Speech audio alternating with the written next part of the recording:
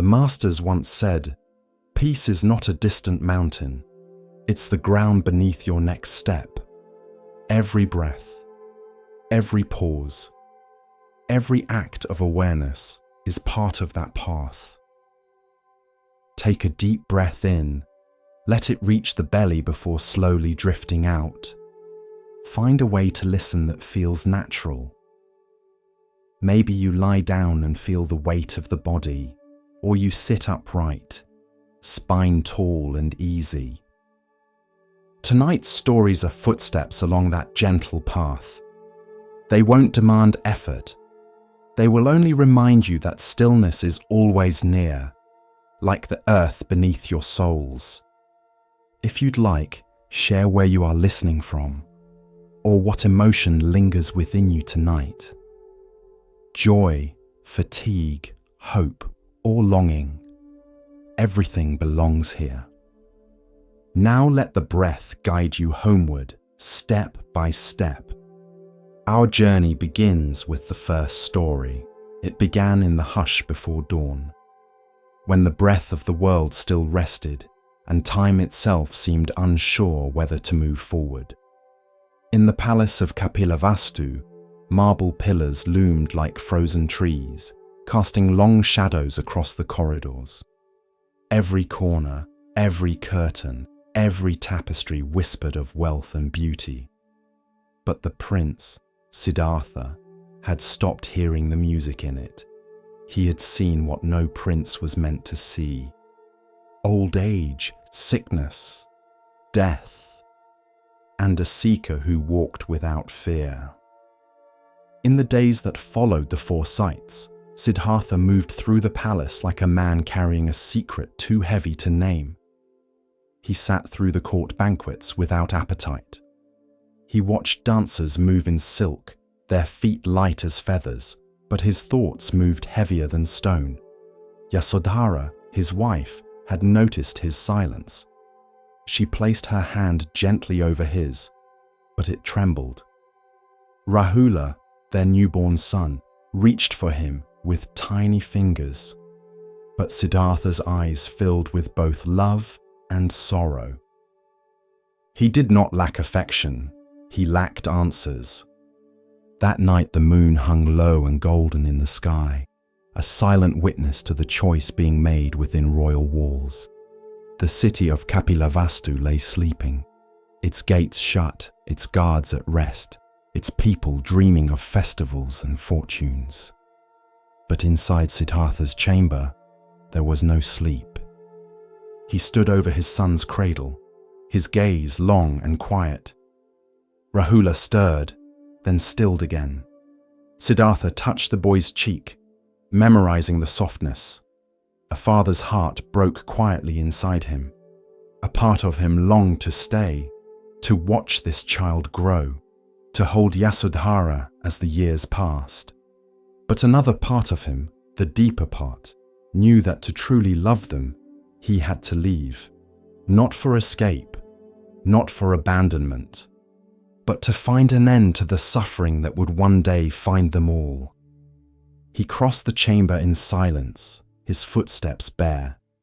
He passed the sleeping guards with a nod of gratitude. He paused once in the marble garden, where fountains trickled like stilled song. Stars wheeled above him in still constellations. Waiting at the outer gate was Channa, his loyal charioteer, and Kantaka, his white horse who had carried him through battles, festivals, and boyhood rides under open skies. Siddhartha took one last look at the palace that had been his whole world. Then he nodded. No orders, no drums, no farewell speech, just stillness and the beginning of something eternal. Channa led them through side streets. Siddhartha's cloak billowed slightly in the breeze, though the air was warm.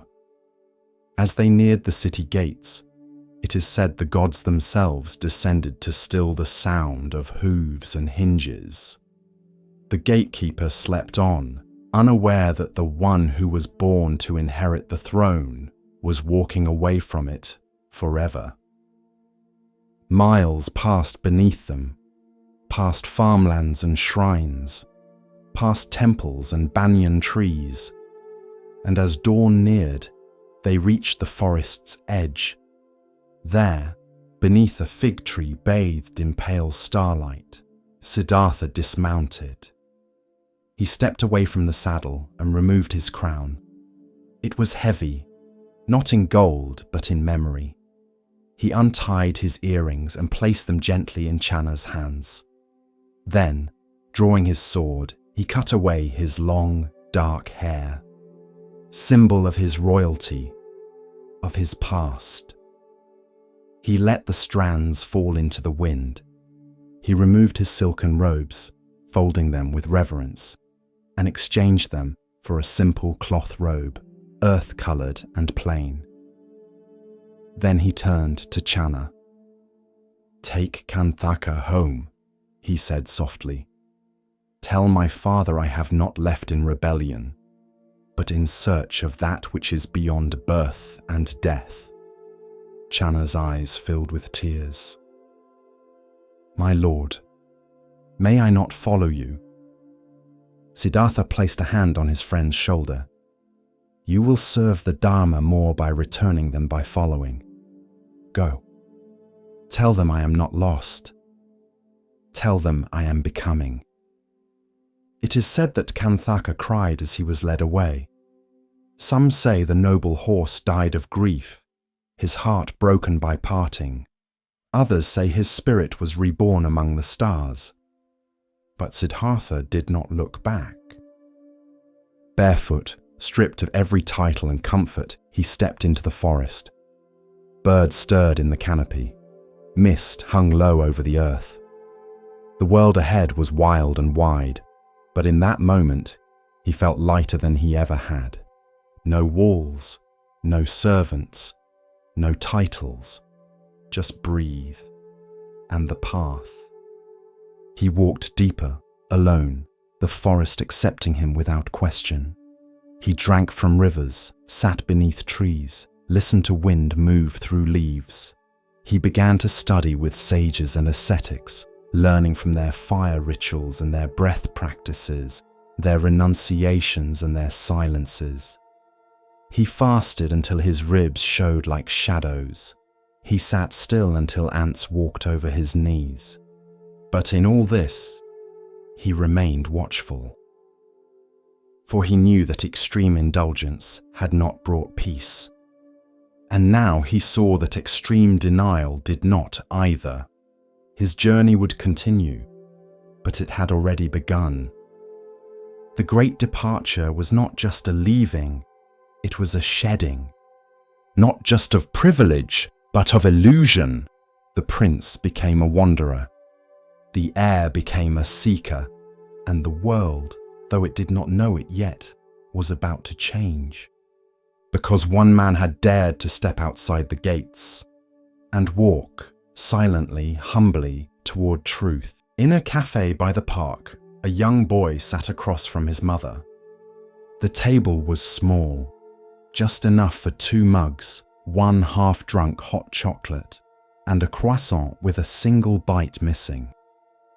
The boy had soft curls, curious eyes, shoes that lit up when he kicked his feet beneath the table. He watched his mother, hoping for her eyes. But she was scrolling, thumb steady, neck bent, face bathed in blue light. She nodded every now and then, murmured a but her gaze stayed tethered to the glowing screen. This is not a story about blame. It's a story about forgetting, about the quiet erosion of presence, and the way a moment, once missed, does not return. The boy reached into his pocket and pulled out a rock. Not a fancy one, just smooth, grey, shaped like a teardrop. He set it gently on the table, waited. She scrolled. He tapped it with a finger, rolled it in a little circle, whispered something to it. She didn't look up. The server passed by and smiled at the boy. "Is that your treasure?" The boy nodded. The mother didn't hear. Presence isn't always taken. Sometimes it is quietly surrendered. We trade it for urgency, for likes, for news we cannot change. And meanwhile, a child sits across from us, glowing not with pixels, but with life. The Buddha once said, "Do not dwell in the past, do not dream of the future. Concentrate the mind on the present moment." But the present must be chosen. It cannot shout louder than a screen. Later that day, the mother posted a photo. "Hot chocolate with my little one, coffee heart grateful." The boy was blurry in the background, looking at her. She never noticed. One day, the rock was gone, replaced by a drawing. 2 stick figures, one big, one small, holding hands. The sky above them filled with birds that looked like wide letter V's. He slid it across the table. She liked it, said, "Cute," snapped a photo, shared it instantly. Didn't ask what the birds were. Didn't ask if the smaller figure was sad. But the boy said nothing. Children know how to speak through absence. Presence is not just being near. It is attention. It is seeing the person across from you, as if this moment will never come again, because it won't. One afternoon, the boy stopped bringing things. No rock, no drawings, just silence. He stirred his chocolate with slow circles, watched the steam rise and disappear, watched her eyes disappear too. Then one day, the phone died. Just as she reached for it, the screen went black. The world returned. She blinked, looked around, looked at him. He stared back, wide-eyed. Hope and doubt mixed in his quiet. She reached across the table, took his hand. For the first time in a long time, he didn't pull away. They sat like that for 5 minutes, not speaking, just holding the now. When the server came to clear the table, the boy whispered, "She's back." The server smiled. "Yes, I see. Presence does not demand perfection, only noticing, only returning, again and again. Like breath." Years later, when the boy was older, he would keep the old rock in a box. It would feel heavier than he remembered, not because of weight, but because of what it once tried to carry. Presence is fragile, but it is also forgiving. One moment missed does not cancel the next. The child is still waiting, not in punishment, but in invitation. And the phone. It remained in her bag the next time they came. Not because she hated it, but because she finally saw the better screen. The one with his eyes. In a quiet village by the sea, there lived an old potter. His hands were calloused from decades at the wheel. His workshop was small, bare walls, a low fire, and shelves filled with cups and bowls in every stage of becoming. People came from faraway towns to buy his pottery, not because it was flawless, but because it wasn't. Each piece had a tiny flaw, an uneven lip, a swirl in the glaze, a hairline crack sealed with gold. They were beautiful, but never perfect. One day, a student came to learn. She had steady hands, a precise eye, and a longing for perfection. The old potter gave her clay and pointed to the wheel. She worked hard, every day. Her bowls were smooth, her cups symmetrical, but the old man never praised them. She grew frustrated. "What am I doing wrong?" she asked. The potter picked up one of her perfect cups and held it to the light, then gently set it down. "Nothing," he said. "It's beautiful, but it does not speak." She blinked. "Speak?" He nodded. "True beauty, whispers of time, of change, of the hands that shaped it, of the cracks that taught it to hold." Then he handed her a chipped teacup, lined with a golden seam where the crack had been mended. "Look again," he said, and she did. The crack shimmered like morning light across water. It didn't ruin the cup. It revealed it. It gave it history. It made it whole in a different way. This is the heart of the teaching, wabi-sabi, the beauty of imperfection. The quiet wisdom of things that do not last. The grace of the incomplete. In Japanese tradition, broken pottery is not discarded. It is repaired with kintsugi, a lacquer mixed with gold or silver, not to hide the break, but to honor it, to say, this too is part of the story. Buddhism speaks of impermanence, anicca, as one of the 3 marks of existence. Everything that arises passes. Everything that is born changes. Everything we love will one day break. And that truth is not meant to depress us. It is meant to wake us up. To love something fragile is not foolish. It is courageous. To drink from a cracked teacup, knowing it may not last another year, is to say, this moment matters because it will not come again. The student learned slowly. She stopped trying to make perfect pieces. She let the clay wobble, let the glaze drip, let the firing crack a rim now and then. And when it did, she filled it with gold. One afternoon, she brought the potter a cup she had broken by accident. She expected him to scold her, but he smiled. "Ah," he said, "now it begins." And together they repaired it, not to erase the break, but to bless it. Commentary: the cracked teacup is not about pottery. It is about you, about your heartbreaks, your failures, your aging skin, your tired hands, the things you thought made you less beautiful. Maybe the very things that make you most real, most whole, most you. We live in a culture obsessed with flawlessness, airbrushed images, filtered faces, words rehearsed until they lose their soul. But Buddhism invites us into a different gaze, a gaze that sees truth in the wrinkle, wisdom in the scar, grace in the stumble. You do not need to be flawless to be worthy.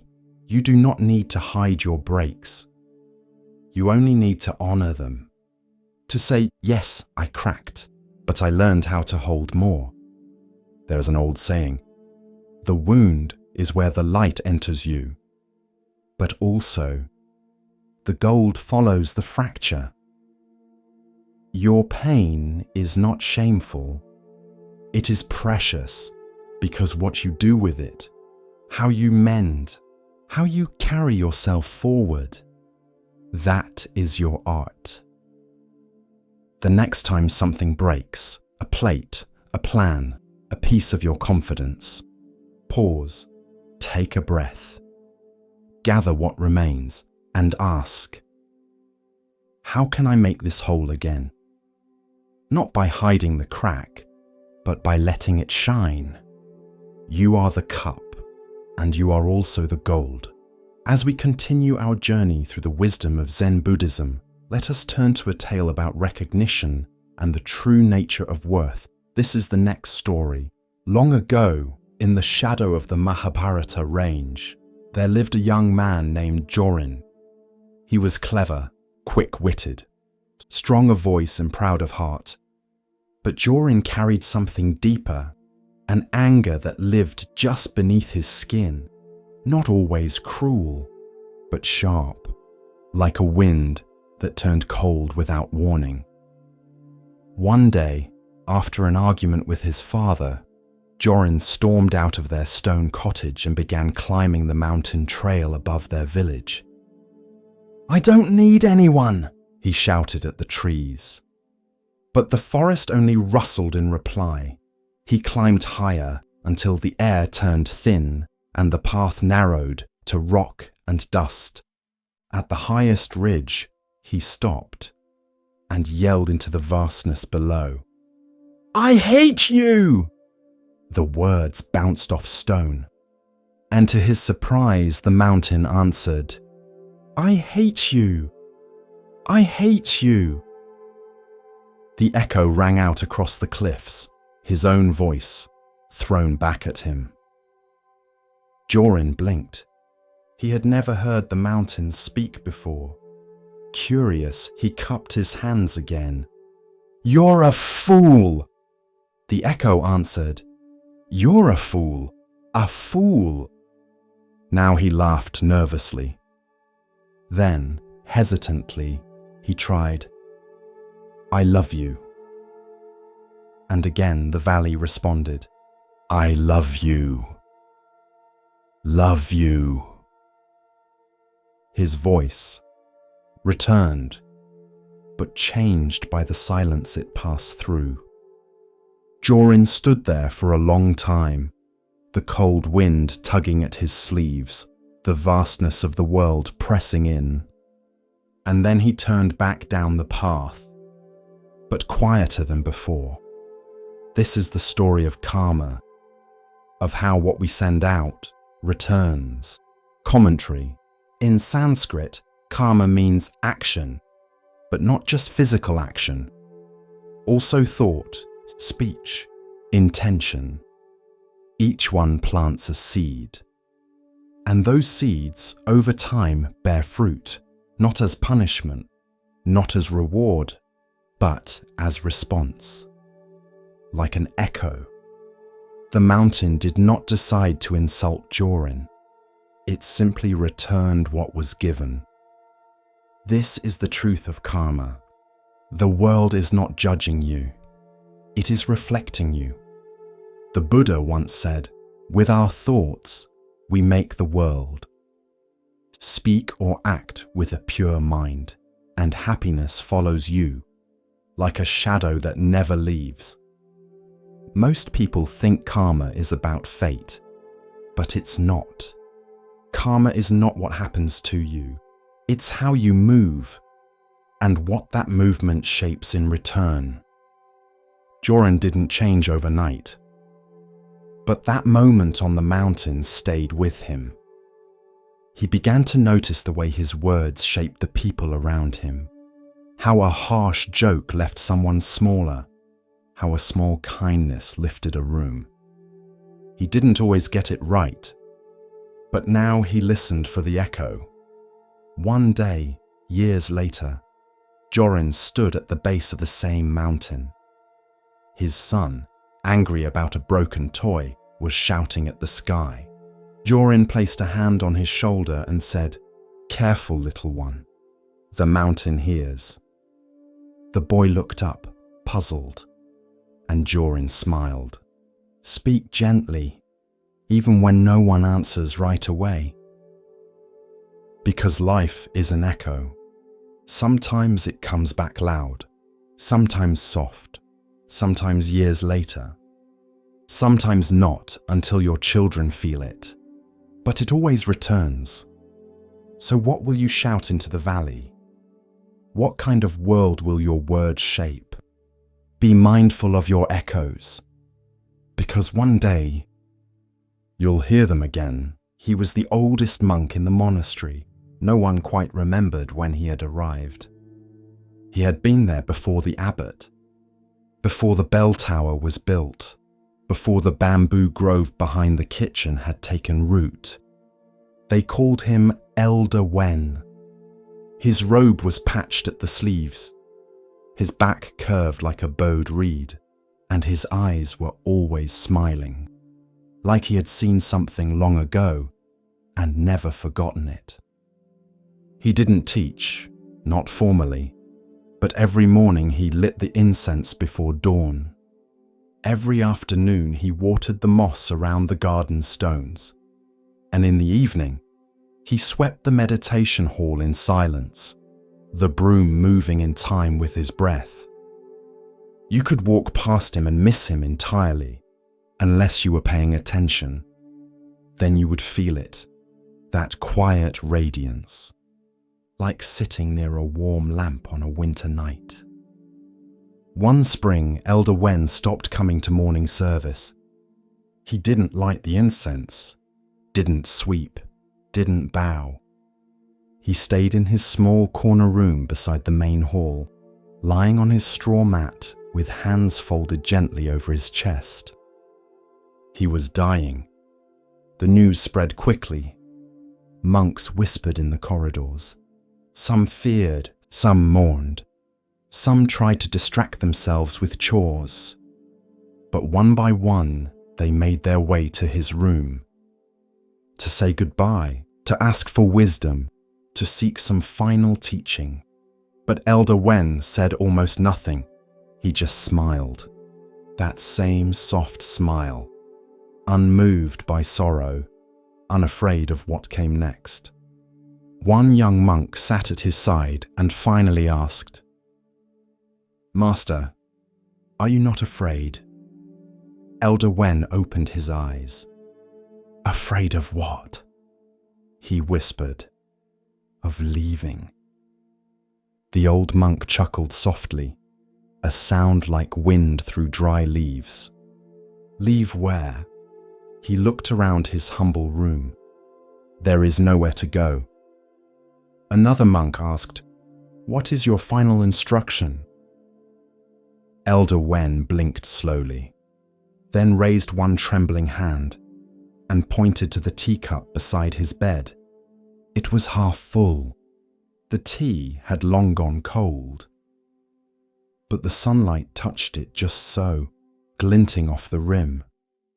He smiled again, then closed his eyes, and that evening he passed. As gently as a flame curling into smoke. No struggle, no fanfare, just a long exhale. And stillness. The monks held a memorial. They chanted sutras. They carried his body wrapped in white cloth to the forest. But what they remembered most was not the ceremony. It was the smile. This is the story of death without fear. The final bow of a life lived in awareness. Commentary. In the West, we prepare for death with wills, hospitals, and quiet dread. We pretend it is far away, or we avoid it entirely. But in Zen, death is not the enemy. It is the mirror that shows you whether you were truly alive. Elder Wen was not afraid because he had already practiced dying. Every time he let go of a grudge, every time he stepped aside for someone younger, every time he bowed in silence, releasing his self-importance. The teacup was his final teaching, so ordinary, so overlooked. But it held the whole Dharma. A cup is useful because it is empty. It can hold, receive, release. But if you cling to the cup itself, you miss the tea. If you fear the cup breaking, you never enjoy what it holds. Elder Wen was ready to leave because he had drunk deeply of life. He had tasted the tea, and he didn't cling to the cup. There's a Zen saying, "Let death come like a welcome guest." That doesn't mean we rush toward it. It means we don't turn our back on it. We live with it, like a quiet friend who reminds us not to waste time. Elder Wen's room is empty now. But the moss he watered still thrives. The broom still leans against the wall. The teacup still rests on the low table, cleaned and dry. And his smile lives in the memory of every monk who sat beside him and realized, stillness is not defeat. Stillness is trust. You do not need to fear the end. You only need to live in such a way that when it comes, you can greet it with a breath and a smile. The sun hung low over the fields, casting long golden shadows across the dry earth. At the edge of a quiet village, 2 mango trees stood side by side. One was tall and strong, its branches heavy with fruit. Its golden mangoes glowed in the light, plump, sweet and fragrant. Children would stop and stare. Travelers paused to admire. Birds sang in its branches as if drawn to its beauty. The other tree was bare. Its bark was worn, its limbs crooked. It bore no fruit, and no one stopped beneath its shade. But this second tree, quiet, unnoticed, was the Buddha in one of his past lives. And this is the story of why he chose to remain fruitless, for the sake of something greater. Long ago, the land had been wild. The forest grew thick around a small monastery where a humble sage lived with his disciples. He taught them to observe closely, to see not just what was obvious, but what was true. One morning, while walking through the woods, the sage turned to his students and pointed at 2 saplings growing side by side. These trees, he said, were born at the same time, but they will live very different lives. The students blinked. They look the same, said one. The sage only smiled. Wait. And the years passed. The first tree grew fast. Its branches stretched wide. Its roots drank deep from the stream nearby. And when its first mangoes came, the villagers discovered them. Sweet as honey, smooth as silk. They came in crowds. Children climbed its limbs. Merchants took its fruit to sell in town. Goats rubbed their backs against its bark. Travelers broke its twigs for kindling. Even the birds, once gentle, began to peck at its flowers for their scent. And still, the tree gave, but over time it began to lean. A branch cracked under a child's foot. Its roots loosened from the trampling of cattle. The fruit became harder to grow, and some seasons it had none at all. Still, the people came. The second tree grew quietly. It bore no fruit. No children climbed it. No travelers plucked its leaves. Birds rested gently in its shade but never stayed long. The villagers ignored it. But its bark stayed smooth. Its roots grew deep. Its trunk remained upright and still. And it watched. One summer, the king of the region came to the forest on retreat. He set up camp near the fruiting tree. His cooks, servants, and soldiers lounged beneath its shade, praising its sweetness. Then one of the ministers said, "If this tree has served so well, why not cut it down? The wood would make fine furniture. The fruit is nearly gone, but its trunk could be carved into chairs for your throne room." The king, intrigued, gave the order. And the next day, the great fruiting mango tree was felled. Its branches snapped, its trunk cracked open. Its roots, noble and deep, were torn from the earth, and all the forest fell silent. Later that week, the king walked through the woods again and saw the second tree, bare, small, and unremarkable. "What of that one?" he asked. His minister shrugged. "No fruit, no use, not even shade. Let it be." and so it was spared. The sage, watching from a distance with his disciples, bowed slightly to the bare tree. "Do you see?" he said. "Sometimes what survives is not what shines the brightest, but what draws the least desire." The disciples looked at him with puzzled eyes. "But Master, was the fruiting tree not noble? Was its generosity not good?" "Yes," the sage said gently. "It lived a life of service, and that is honorable." He looked toward the bare tree, but this one made a choice, a quiet choice.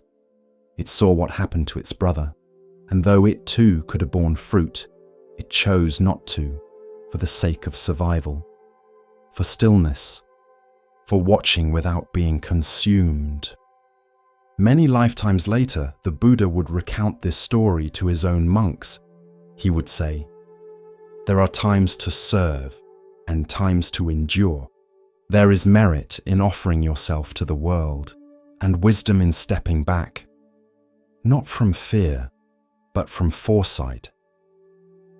And the story passed through generations, told to children not to make them afraid of giving, but to teach discernment, to remind them that not all service must be seen, that sometimes quiet restraint is a form of compassion too, because the world will always chase what glows, but sometimes what glows too brightly gets torn down, and what stands quietly survives to keep teaching. As we move deeper into the quiet teachings of Zen, we come to a story about seeing clearly and understanding true value. Listen carefully to the next story. There was once a tree that stood just beyond the monastery walls, a tall maple. Its leaves flamed gold each autumn, spilling light into the courtyard like scattered coins. Monks often paused beneath it, bowing to its stillness, especially when the season turned. One afternoon in early autumn, a young novice sat beneath the tree troubled.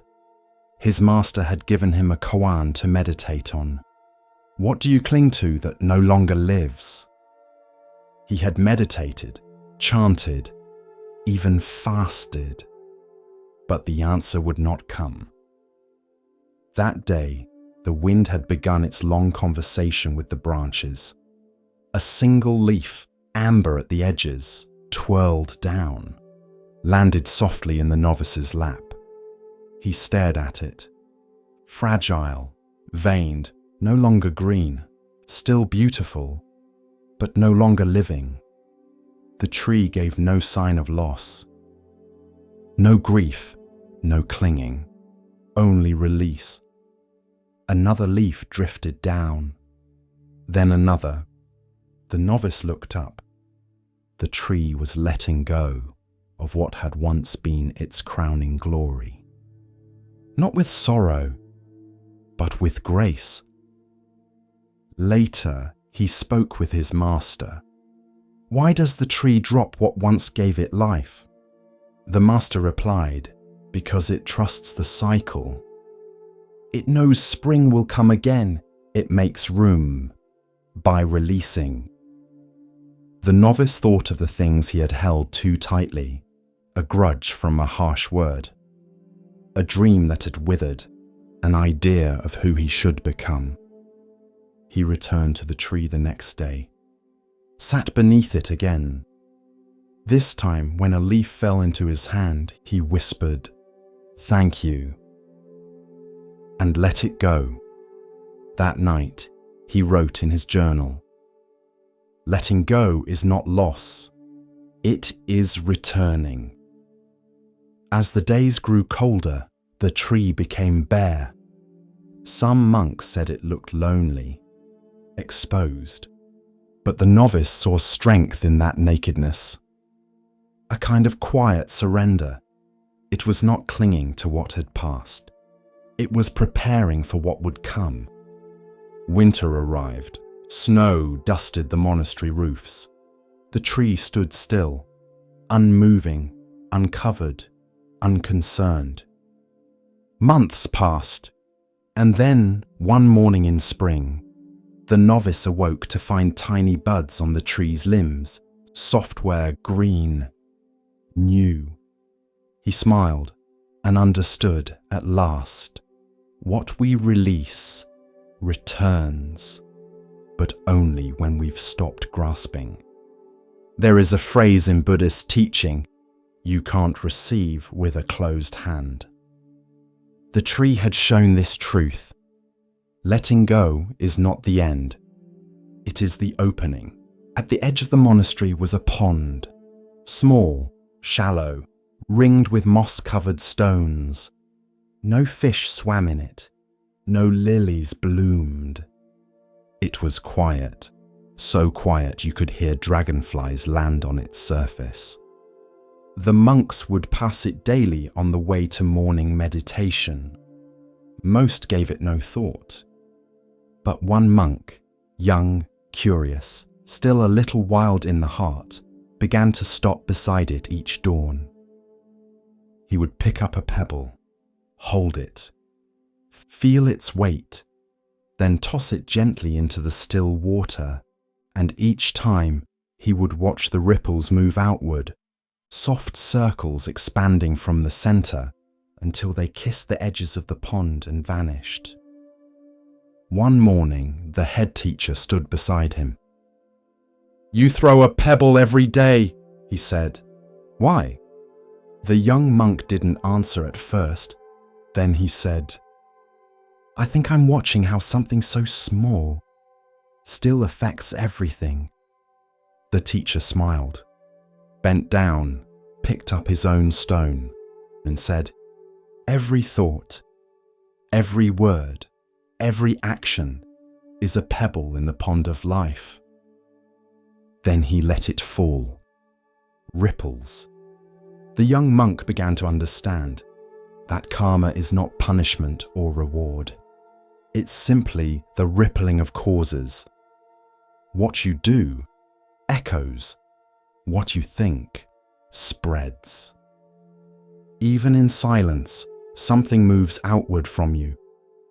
That evening, while sweeping the courtyard, the young monk accidentally knocked over a jug of water. It splashed against the steps of the shrine. He froze, panicked, but the teacher, watching nearby, only nodded. "You see," he said, "another ripple, but not all ripples are wrong. Just seen." The monk began to practice more carefully. Not just his posture, but his thoughts.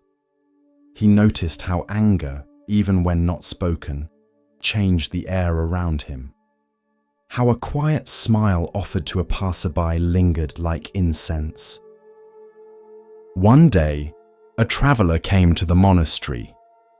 Troubled, distracted, unable to sit still during meditation. The young monk didn't say much, just poured him tea, listened, and as the man left, bowed gently. Later, the traveler returned, calmer. He said, "I don't know what helped me, but something about your silence made me feel still. A ripple. Not grand, not loud, just a movement born from presence." There is a story in Zen. A student asked, "How do I change the world?" The teacher replied, "Change the shape of the stone you drop into it." The young monk continued to visit the pond, but now he didn't throw pebbles each day. Sometimes he just sat, watching the water hold its breath. Because he understood now, it's not always about making ripples. Sometimes it's about learning to be still enough to feel them. In a small temple nestled between pine trees and fog, there burned a single candle. It was placed each morning in the center of the meditation hall. No glass shield, no tall holder, just a quiet flame in a shallow dish. It flickered gently as monks came and went. It was not large, not dazzling, but it was always there. Software steady, alive. One morning, a gust of wind swept through the open window. The flame bent low, danced wildly, then steadied, then bent again. A novice sitting nearby grew anxious. He reached to close the window, but the old teacher touched his arm and whispered, "Wait, let it breathe." The flame, though small, did not go out. It fluttered, dimmed, but held on. The room stayed still, and after a few moments the wind passed. The candle straightened, its glow calm once more. The teacher turned to the novice and said, "This is your mind. This is your breath. This is your life." A candle by nature is vulnerable. One sharp breath, and it's gone. One careless movement, and it's lost. But that fragility is also its power, because the candle doesn't resist the wind. It doesn't fight to stay lit. It simply responds, bows, sways, returns. In Buddhism, the flame is often used as a metaphor for consciousness, flickering, ever-changing, not a solid thing, but a process, a dance between wick, wax, and air. Your thoughts are like the flame, your body, the wick, your breath, the air that sustains it, and the wind. That's life. The candle cannot control the wind, but it learns to dance with it. And that is the teaching. The novice asked, "But what if the flame goes out?" The teacher smiled. "Then we light it again, and again, and again. This is the practice. You will lose your calm. You will be shaken.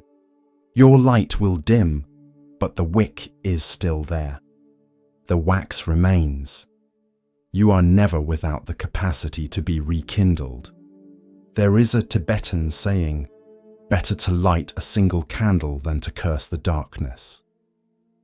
But even deeper is this. Learn to trust the candle even when the wind rises." In the days that followed, the novice watched the flame more closely.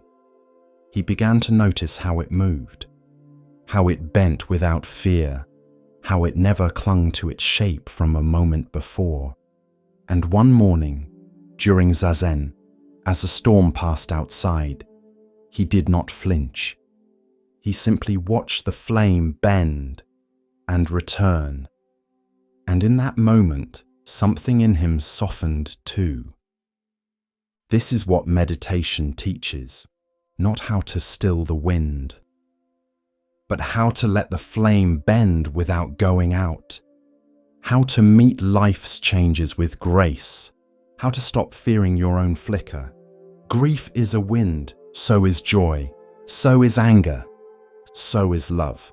You cannot block the breeze without also losing the air you need to burn. You must stay open, even when it stings. Especially then, commentary. The Candle and the Wind is not a story about fragility alone. It's about resilience without resistance. It's about remaining warm, soft, and lit, even when the conditions shift. Even when nothing stays steady but your own willingness to begin again. We often think strength looks like staying the same. But sometimes strength is in swaying, in letting go, in trusting that the flame inside you is not so easily put out. You do not need to burn like a bonfire. You only need to glow enough to see your next step, to offer light to the person beside you, to remind the darkness, "I am still here." The teacher once said, "A candle gives all it has, and still the world is warmed by its passing. So be the candle. Even if your light flickers, Even if no one sees, even if the wind blows harder tomorrow, burn anyway, not for show, but because this is who you are. With each step on the Zen path, a new lesson unfolds. Now we turn to a story about recognition, of self, of others, and of what truly matters. Listen carefully to the next story. At the edge of a quiet village stood a tree unlike any other.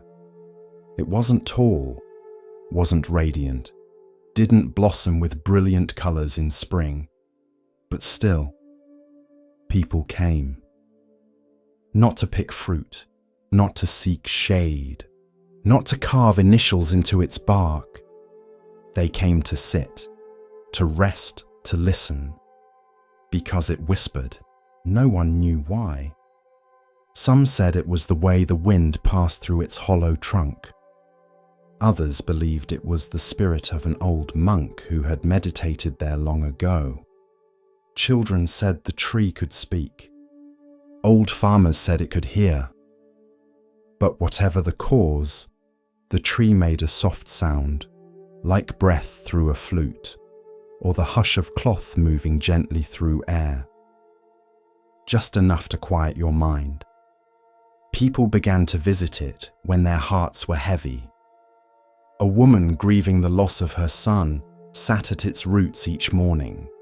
She never spoke, but the wind in the branches moved with such rhythm that her shoulders softened, and her tears fell without shame. A man who had lost his business sat by the trunk each evening after working odd jobs in town. He didn't pray, he didn't ask, he simply listened. And each night his breath grew steadier. Even monks came from temples near and far, not to teach, not to chant, but to sit in silence beside the tree. Sometimes for hours, sometimes for days. One traveler asked the village elder, "What does it say?" The elder smiled. "Nothing. That's the point." This is the story of presence without performance, of healing without explanation, of a silence that doesn't fix, but holds.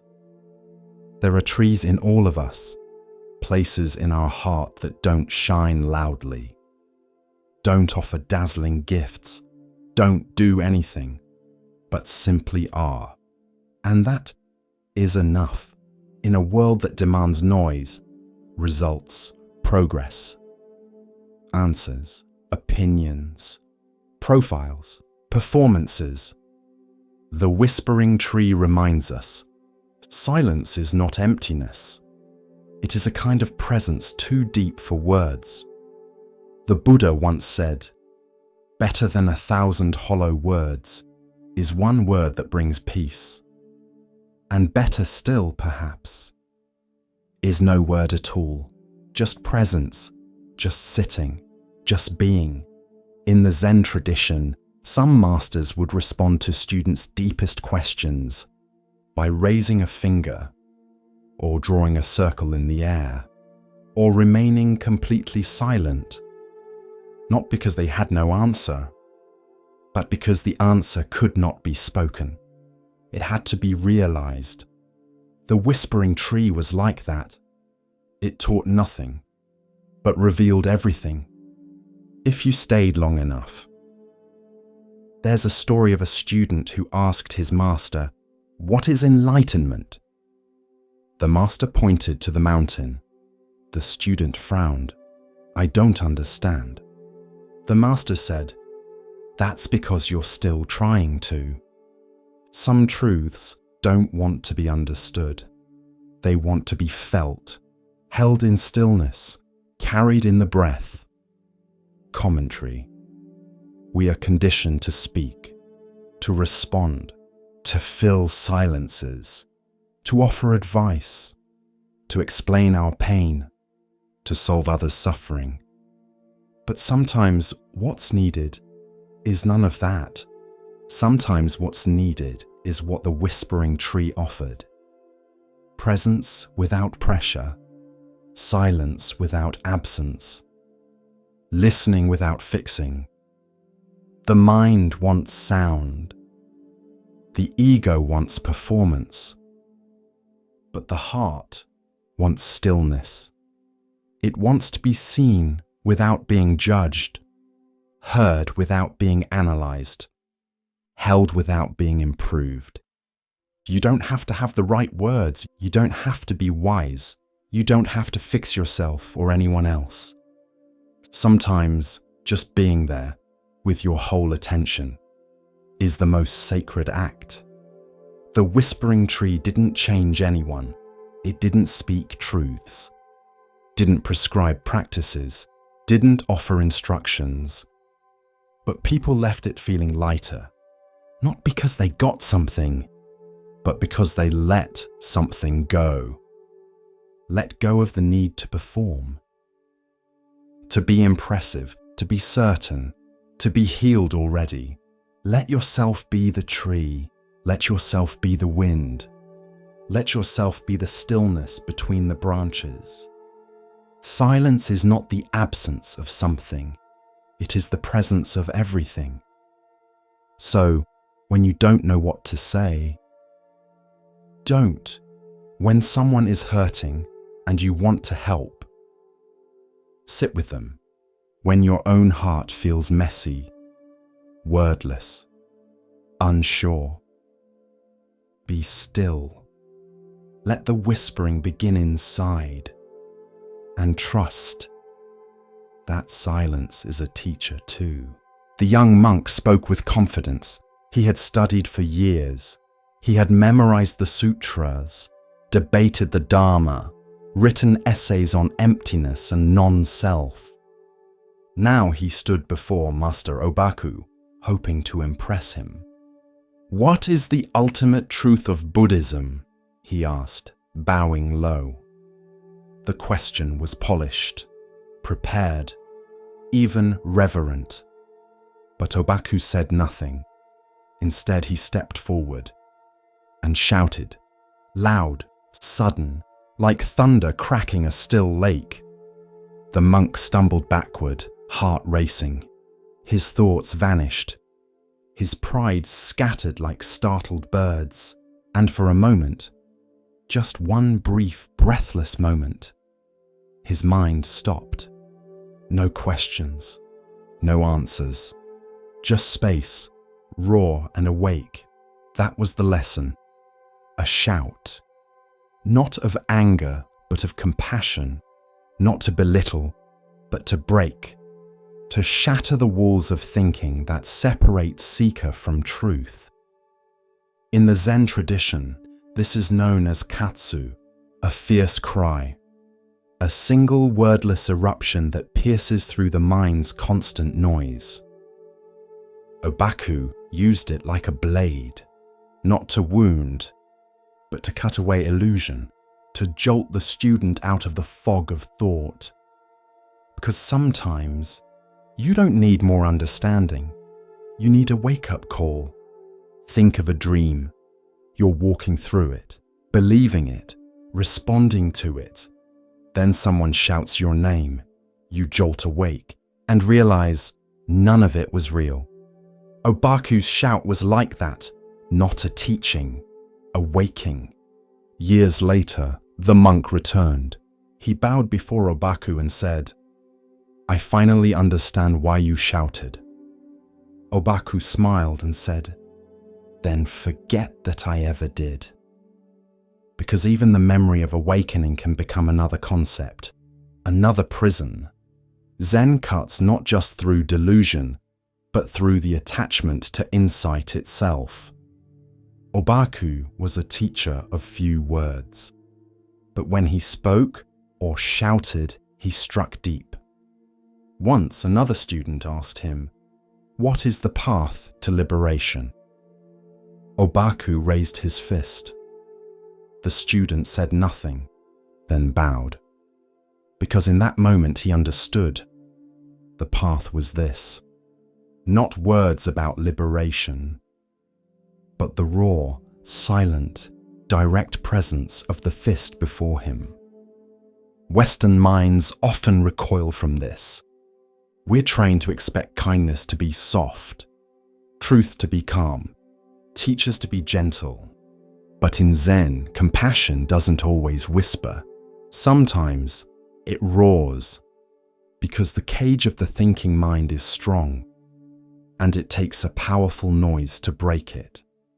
Obaku's shout was not personal, it was not performance. It was pure action, free from hesitation, free from agenda. A sound that came from no self, and landed in the heart like a bell. Another story is told. A monk was dozing off during meditation. Obaku walked behind him, raised his staff, and struck the ground beside him, hard. The monk jolted upright, eyes wide. The master said only, "If you sleep through life, you will dream of Zen, but never wake to it." The monk bowed. He never fell asleep in the hall again. These moments are not cruel. They are kindness without comfort, because comfort can lull us into dreaming. But Zen is the practice of waking, again and again, until waking becomes your natural state, until presence is all you need. Imagine someone drowning in shallow water. You don't throw them a book about swimming. You pull them up, sometimes roughly, but always with love. That is Obaku's shout, a hand reaching through illusion, grabbing you by the robe and saying, "Wake up." Commentary. Not all teachings arrive gently. Some arrive like a storm, like cold water to the face, like a sound so loud it shakes the thoughts out of your spine. Because truth is not fragile. It doesn't need to be whispered. It just needs to be heard. And often the most compassionate thing a teacher can do is stop trying to explain and simply interrupt. Interrupt the story. Interrupt the me. Interrupt the years of polite ego dressed up as spirituality. Obaku knew this. He wasn't teaching Buddhism, he was teaching freedom. And sometimes freedom begins not with understanding, but with a single sharp, sacred shout. If you walk away from Zen with nothing but quotes, you've missed it. If you remember the stories but never felt the cut, you're still dreaming. But if something within you, some soft center you didn't know you had, felt this story not as words, but as thunder, then maybe, just maybe, you've begun to wake up. In the garden behind the old temple, there stood a stone Buddha. He had no golden crown, no ornate altar, no flowers at his feet, just stone dash, weathered by rain, wind, and decades of silence.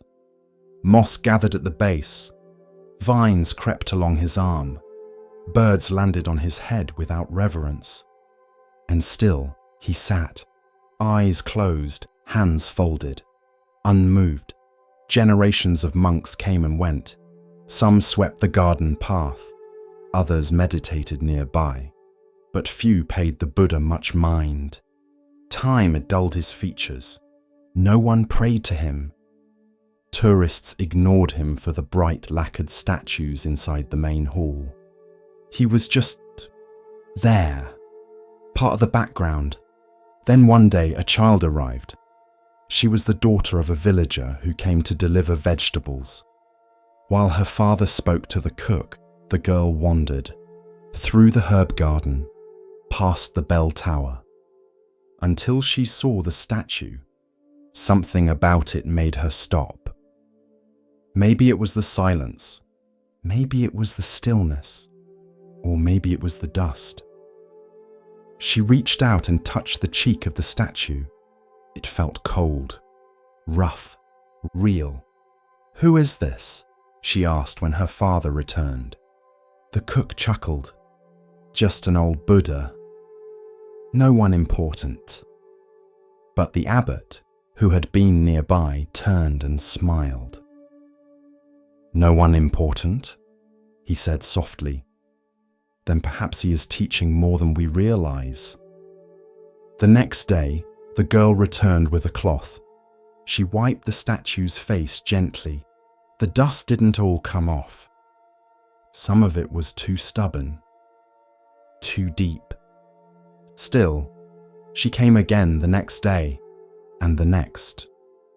She brought water, polished one ear, cleaned the fold of the robe. Not to make it shine, but to see what was underneath.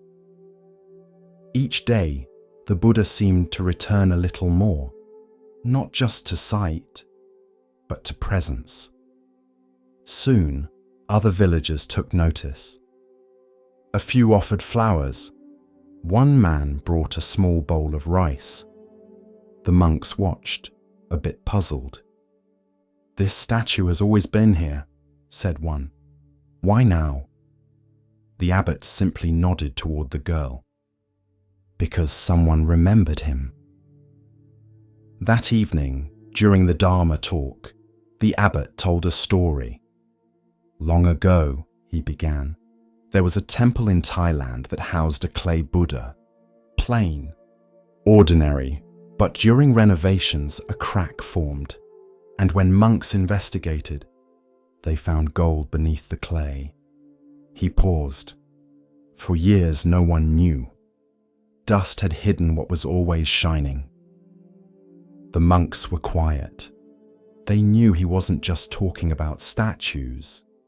"We forget," the abbot continued, "that beneath the dust of routine, of failure, of labels and years, there is gold." The girl didn't understand the full teaching, but she understood enough that something once ignored could be sacred, that what others pass by might be worth sitting with. Months passed. The Buddha still wore dust. But now it was brushed gently, not erased, just respected. His cracks weren't patched, his moss not scraped away, because the lesson was not perfection. It was presence. Years later, the girl grew older, left for school, moved to the city.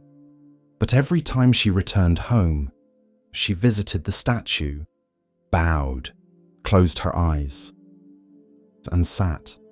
One spring, she returned to find a small plaque had been placed beside the Buddha. It read, "Covered in dust, still whole." And beneath it, a haiku, "Stone does not forget, even as moss takes its hold." The silence remains.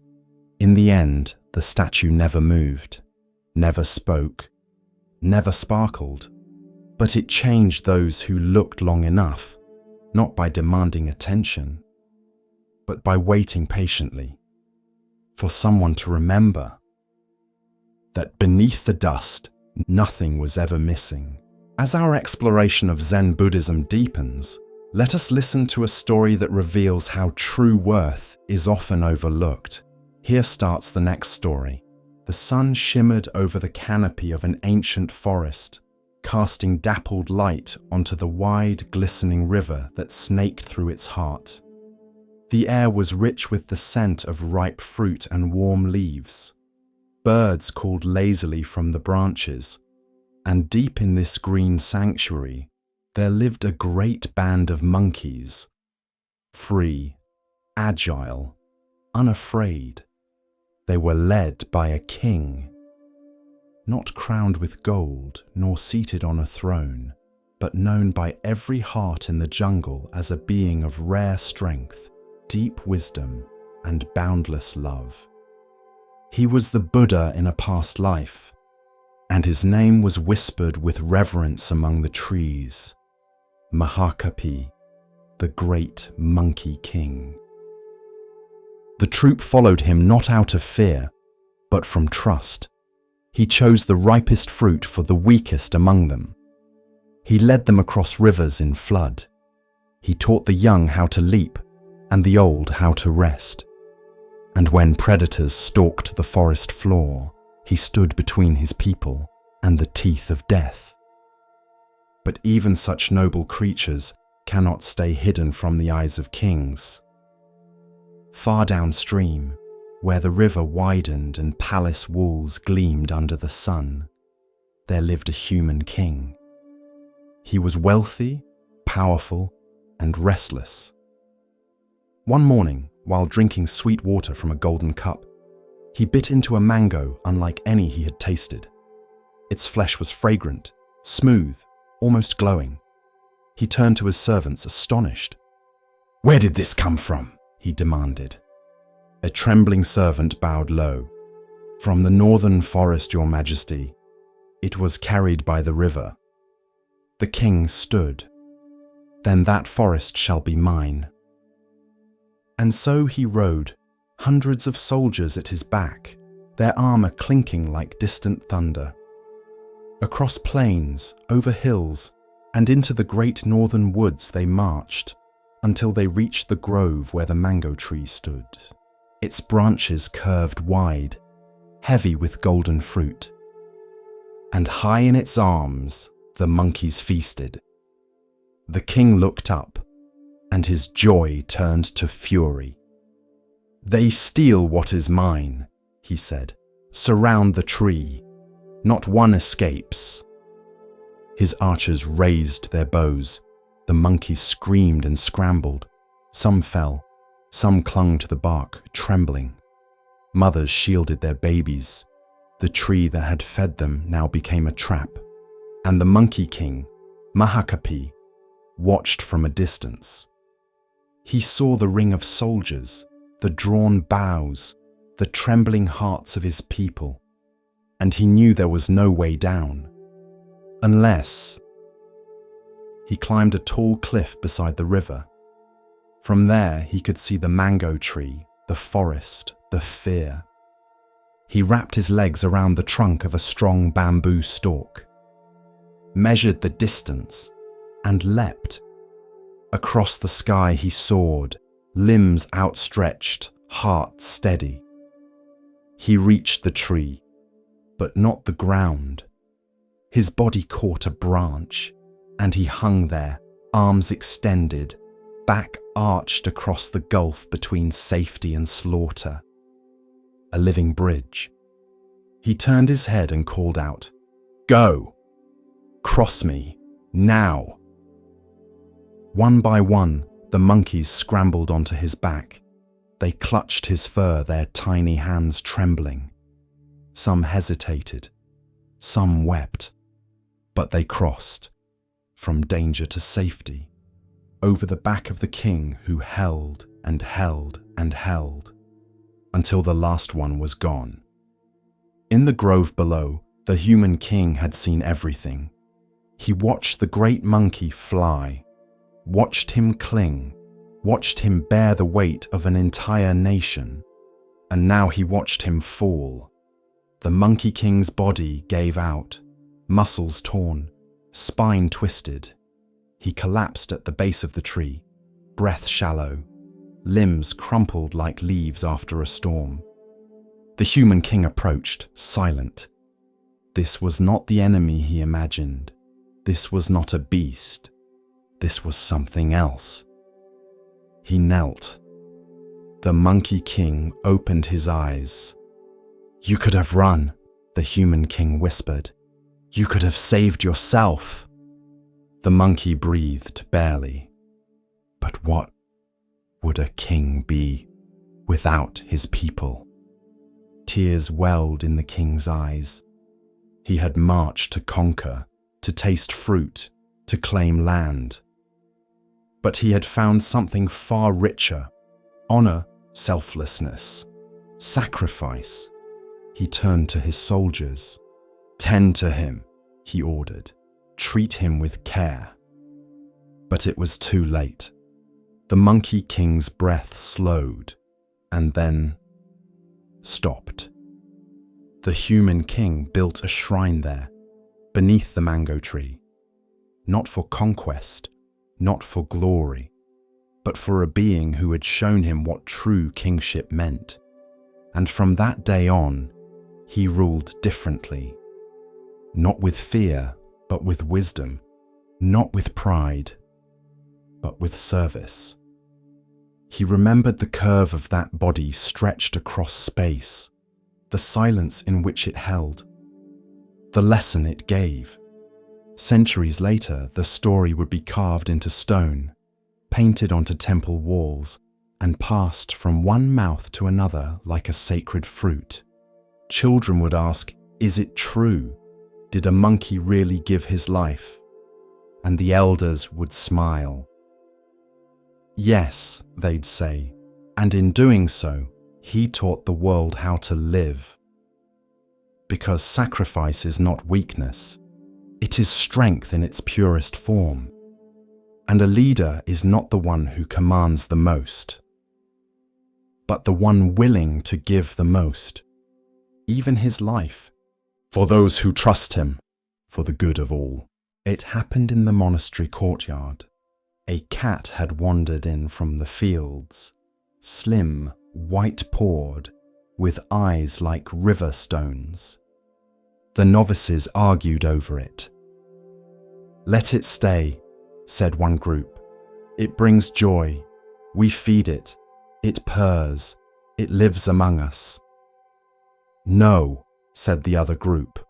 "It distracts us during zazen. It chases the sparrows. It has no place in a temple of silence." The voices rose. One claimed compassion. Another claimed discipline. Both believed they were right, but neither listened. And so they argued, loudly, endlessly, until the abbot, Master Nansen, appeared. He said nothing at first. He looked at the cat, then at the monks, then back at the cat. In one swift motion, he drew his blade from beneath his robe, held it high, and said, "If any of you can say a true word, this cat will be spared." Silence. No one spoke. The wind stirred. The cat blinked, and then the blade flashed, and the cat was gone. That is the story, told for centuries across temples and texts, debated, feared, questioned, but never forgotten. Later that evening, Master Nansen told the story to Yoshu, his senior student. Joshu did not argue. He did not recoil. He simply took off his sandals, placed them on his head, and walked out of the room. Nansen smiled. "If you had been there," he said, "the cat would have lived." What does it mean? Why such violence? Why the silence? Why would a master of compassion raise a blade? And why was Yoshu's nonsense, putting sandals on his head? The answer Nansen was waiting for. This is not a story about a cat. It is a story about attachment to views, about how quickly the mind clings to being right, how debates, even over seemingly noble things like kindness or rules, can become distractions. The monks thought they were arguing about the cat, but really, they were arguing from ego, from the illusion of my view versus yours. And Nansen saw it, in their noise, in their stubbornness, in their refusal to let go. He saw a sickness, and he responded not with teaching, not with reasoning, but with cutting. In Zen, cutting is not always physical. It is the sudden strike that breaks the mind free from duality. It is the moment the raft is kicked away, because it's become another attachment.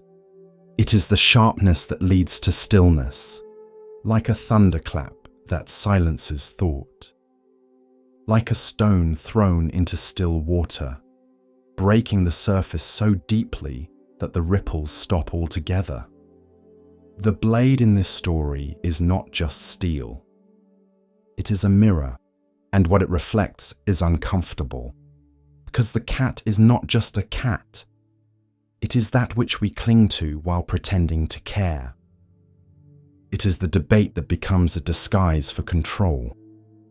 It is the idea of rightness that replaces actual presence. When Nansen raised the sword and said, "Say a true word," he wasn't asking for logic. He wasn't asking for poetry.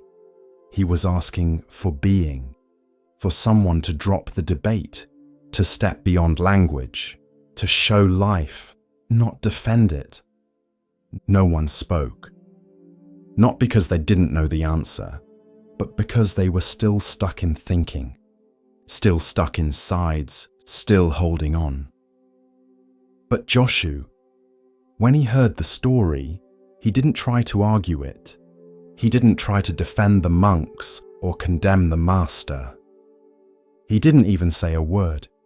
He simply placed his sandals, dusty, humble, ordinary, on his head, and walked out. Nonsense? Perhaps, or perhaps, a true word without speech. A gesture so absurd that it shattered meaning altogether. No logic, no stance. Just presence breaking form. Just action beyond thought. Just emptiness wearing a shoe. Nansen smiled, because truth had finally moved. Not in words, not in argument, but in surrender, commentary. This koan disturbs many, because it seems violent. But Zen does not condone cruelty. It uses imagery not to glorify pain, but to jolt the mind awake. The cat is not the victim. The cat is everything we refuse to let go of while pretending we've let go. Your opinions, your need to win, your identification with spiritual knowledge. The cat is the argument that's gone on too long. The debate over kindness that's become unkind. The need to control the uncontrollable. And Nansen sees that no answer can reach those trapped in duality. Only a cut. Only a break. Only a moment so sharp that the mind has no time to resist. Zen is not safe. Not because it is cruel, but because it does not protect your illusions. It won't nod along to your spiritual ego. It won't politely entertain your ideas about Zen. It will instead hold up the blade, not to harm you, but to cut away what you're not, so that what remains is true. You cannot think your way out of illusion. Sometimes you have to shock yourself awake, to see the cat, to see the blade, to see the silence after both are gone, and then to walk out of the room with sandals on your head. Because in that moment, nothing makes sense. And finally, you begin to see. One morning, as the temple bell echoed over the hills, a feather drifted across the gravel path. Software white, weightless. It twisted in the breeze, rising, falling, then gliding gently down near the feet of an old monk named Shiro. He stopped mid-step, not because the feather blocked his way, but because he had learned that even the smallest interruption might carry a lesson. He bent down, lifted it with 2 fingers, and held it up to the light. It was a simple thing, delicate, almost nothing, and yet it had travelled from some distant bird, perhaps one flying over the valley, or shaken loose in a morning preen. It had no wings, no voice, no will, yet here it was, resting, present, carried. That day during tea, Shiro spoke to the novices. He placed the feather on the center of the table. "Is this free?" he asked. The youngest tilted his head. "It floats on the wind, so..." "Yes?" Another frowned. But it goes wherever the wind takes it. That's not freedom, it's powerlessness. A third sipped her tea and said nothing. Shiro smiled. All three of you are correct, he said, depending on how you define freedom.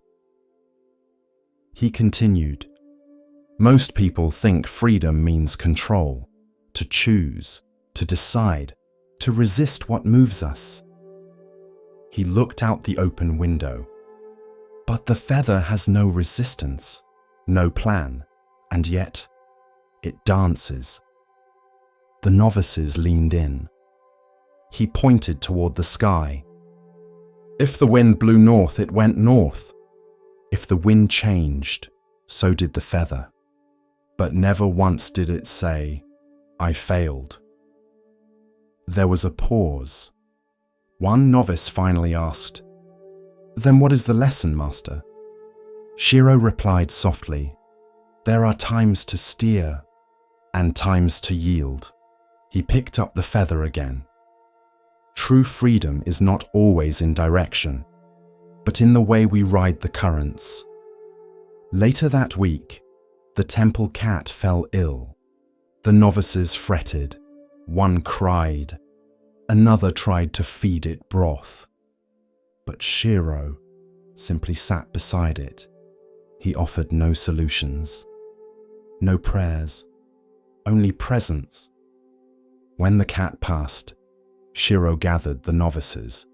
He did not speak of death, only of the wind. You cannot hold the wind in your hands, he said, but you can feel its path against your face. He paused, and when it carries something away, you do not curse the air. You bow to its rhythm. The novices returned to their chores, softer now, quieter, less frantic in their attempts to fix what could not be fixed. One afternoon, as a storm gathered, a gust swept through the open courtyard. A lone feather rose from the steps, twirled, and vanished over the garden wall. Shiro saw it, smiled. He whispered, carried, yet free. There's a saying in Chan Buddhism. The bird leaves no tracks in the sky. The wind leaves no footprints in the grass. The feather, like the mind, is most graceful when it stops fighting where it's going.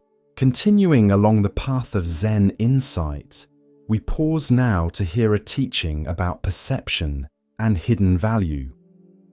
Listen carefully to the next story. In the heart of a wealthy city, wrapped in silk and stone, lived a man who had everything. Gold draped his halls. Ivory framed his mirrors. Incense curled in soft waves from brass burners that never cooled. His name was Viran. He owned land, warehouses, servants, even ships that crossed oceans bearing his name on their sails. And yet, he could not sleep. Each night, he turned beneath embroidered sheets, his mind counting coins like sheep. Each morning, he awoke with new orders, new demands, new acquisitions. He kept building, kept gathering, but inside there was a tightness he could not name. One day, as he stepped from his carriage, he noticed a beggar sitting beside the temple gate. The beggar's robe was faded and torn. His alms bowl was empty, but his eyes were calm, still as a pond before dawn. Viran glanced at him and scoffed. If I had nothing, he said, I would not smile. The beggar bowed. If you truly had nothing, he said, you might finally know peace. The words followed Viran like a shadow. He tried to forget them, tried to drown them in wine, in silk, in celebration. But they clung, like a thread caught in the lining of his soul. The next morning, he returned to the temple. The beggar was still there, eyes closed, back straight, breath soft. "How do you do this?" Viren asked. "You have no food, no roof, no gold, and yet you sit like you own the world." The beggar opened his eyes. "I do not own the world," he said, "but the world no longer owns me." Viran stared. Something inside him cracked. That day he left behind his ring. The next, his jeweled belt. Then quietly, he began walking to the temple each morning, leaving behind one possession at a time. No ceremony, no announcement, just letting go, piece by piece. The beggar never asked, never praised. He simply shared his seat on the stone step. Weeks passed. One morning, Viran arrived barefoot. No rings, no silks, no guards, only his breath and the ache in his knees. He sat beside the beggar, closed his eyes, and for the first time in years, he felt nothing pulling at him. No hunger for more, no fear of losing, no need to be seen, just stillness. He opened his eyes. "Have I become poor?" he asked. The beggar smiled. "No," he said softly. "You've become free." This is the story of true wealth, the kind that doesn't glitter, but glows from within. Commentary: wealth is not evil, it is neutral. Like a knife, it can feed or wound. Like fire, it can warm or consume. The Buddha taught that attachment, not possession, is the root of suffering. You can have little and still cling. You can have much and still be free. The beggar was not rich in gold, but he had space. He had his breath, his presence, his peace. He was not owned by anything, not even his own suffering. The parable reminds us, you are not your bank balance, not your reputation, not your wardrobe or your followers. You are the one who notices, the one who breathes, the one who can let go. Letting go is not about loss. It is about choice. When you no longer need a thing to feel complete, you are free to enjoy it or leave it without fear. That is the highest wealth. There's a Zen proverb, "When I had nothing, I had everything." It does not mean destitution. It means this: when your hands are not full of fear and control, they are finally open to life. So whether you own much or little, ask yourself, do these things serve me? Or do I serve them? If they crumble, do I crumble too? Or am I the same presence, the same breath, the same open sky? Regardless, true wealth is not counted. It is felt. It is the spaciousness of a mind that can sit still beside a bowl, empty or full, and smile just the same. Be that kind of rich. At the edge of a quiet village stood a grove of bamboo. Tall, slender, green like fresh thought. Children played between the stalks. Lovers carved initials in their husks. The wind passed through them like a flute, and they bent, bowed, never snapped. Even in the worst monsoons, when roofs were torn and trees cracked in two, the bamboo always remained, not by resisting, but by yielding. The villagers took comfort in them, the way they swayed without fear, the way they seemed to whisper, "It is okay to move with what comes." One year, a powerful storm swept through the valley. the kind that arrives with no warning, just a sudden hush, then a roar like sky breaking. Palm trees were flung sideways. The great banyan lost a limb, crops flattened, roofs lifted like paper, and yet, in the morning light, the bamboo still stood, drenched, bent, but alive. An old monk named Tenzin watched from his hut on the hill. After the storm passed, he gathered his students and led them to the grove. He said nothing at first, just stood beside the bamboo. One student broke the silence. "Master, how did these survive?" Tenzin smiled. "The bamboo," he said, "has no pride in its strength, only trust in its roots and the wisdom to bend." Another student frowned. "But isn't bending the same as giving in?" Tenzin tapped one stalk gently with his hand. "Does this feel weak to you?" The bamboo swayed slightly, not from impact, just from being what it is. "No," he continued, "bending is not defeat. It is relationship. To wind, to time, to life, to understand that resisting everything is how things break." The students were quiet. Tenzin knelt beside one stalk, pressed his hand to the wet earth. "There is a lesson here," he said softly. "The strong oak is proud until lightning splits it. The mountain stands tall until earthquake shakes it. But the bamboo, it lives by letting go of control. It knows the storm will not ask permission, so it dances instead of breaking." Later that week, a young woman in the village fell ill. Severe, sudden. The doctor said it would be weeks before she could walk again. She was bitter, frustrated. Tenzin visited her, sat beside her without judgment. And after a long silence, he said, "You're in a storm now. You cannot control the wind, but you can soften. Not give up, just give in. To healing, to stillness, to time." She cried, and in that surrender, healing began. Months passed, the village rebuilt. The trees grew back slowly, but the bamboo never changed much. It didn't need to, because it had already learned what others forgot, that survival is not always about standing firm.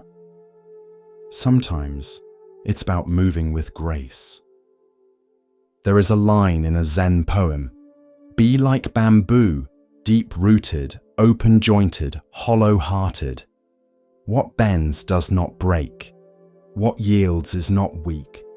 And what allows itself to sway teaches us what it means to stay." The Buddha sat beneath a sal tree where the light filtered through in flickering gold.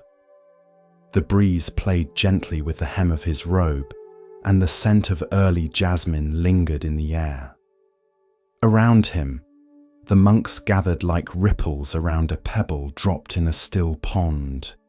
Quiet, present, steady. They bowed one by one and took their seats on the grass, robes the colour of ochre and clay. The forest around them hummed with life, birds calling from high branches, the distant crack of bamboo, and the low murmur of wind moving through tall grass.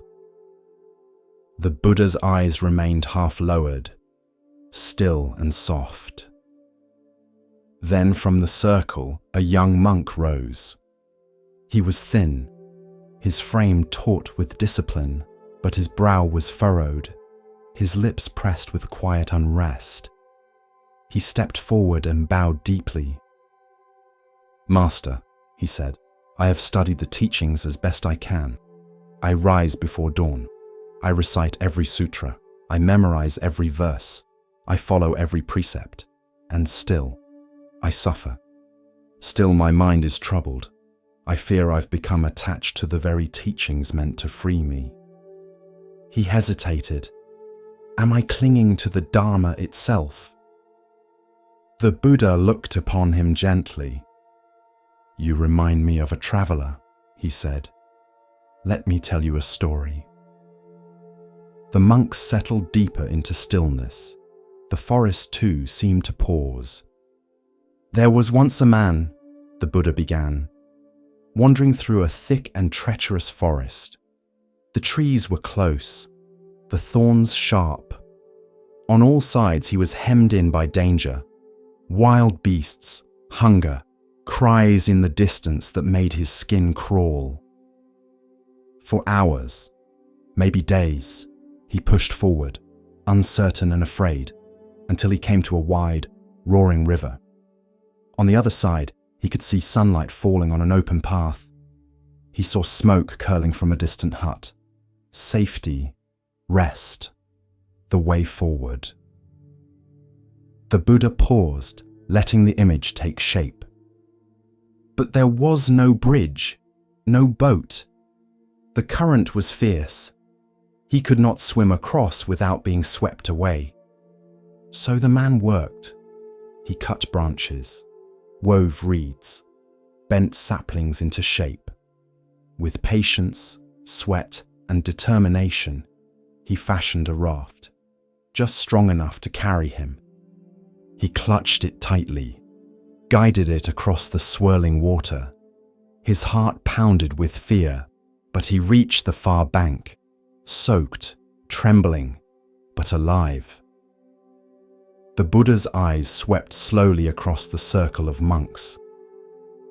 Now imagine, he continued, that once on land, the man looked at the raft and said, "This has saved me.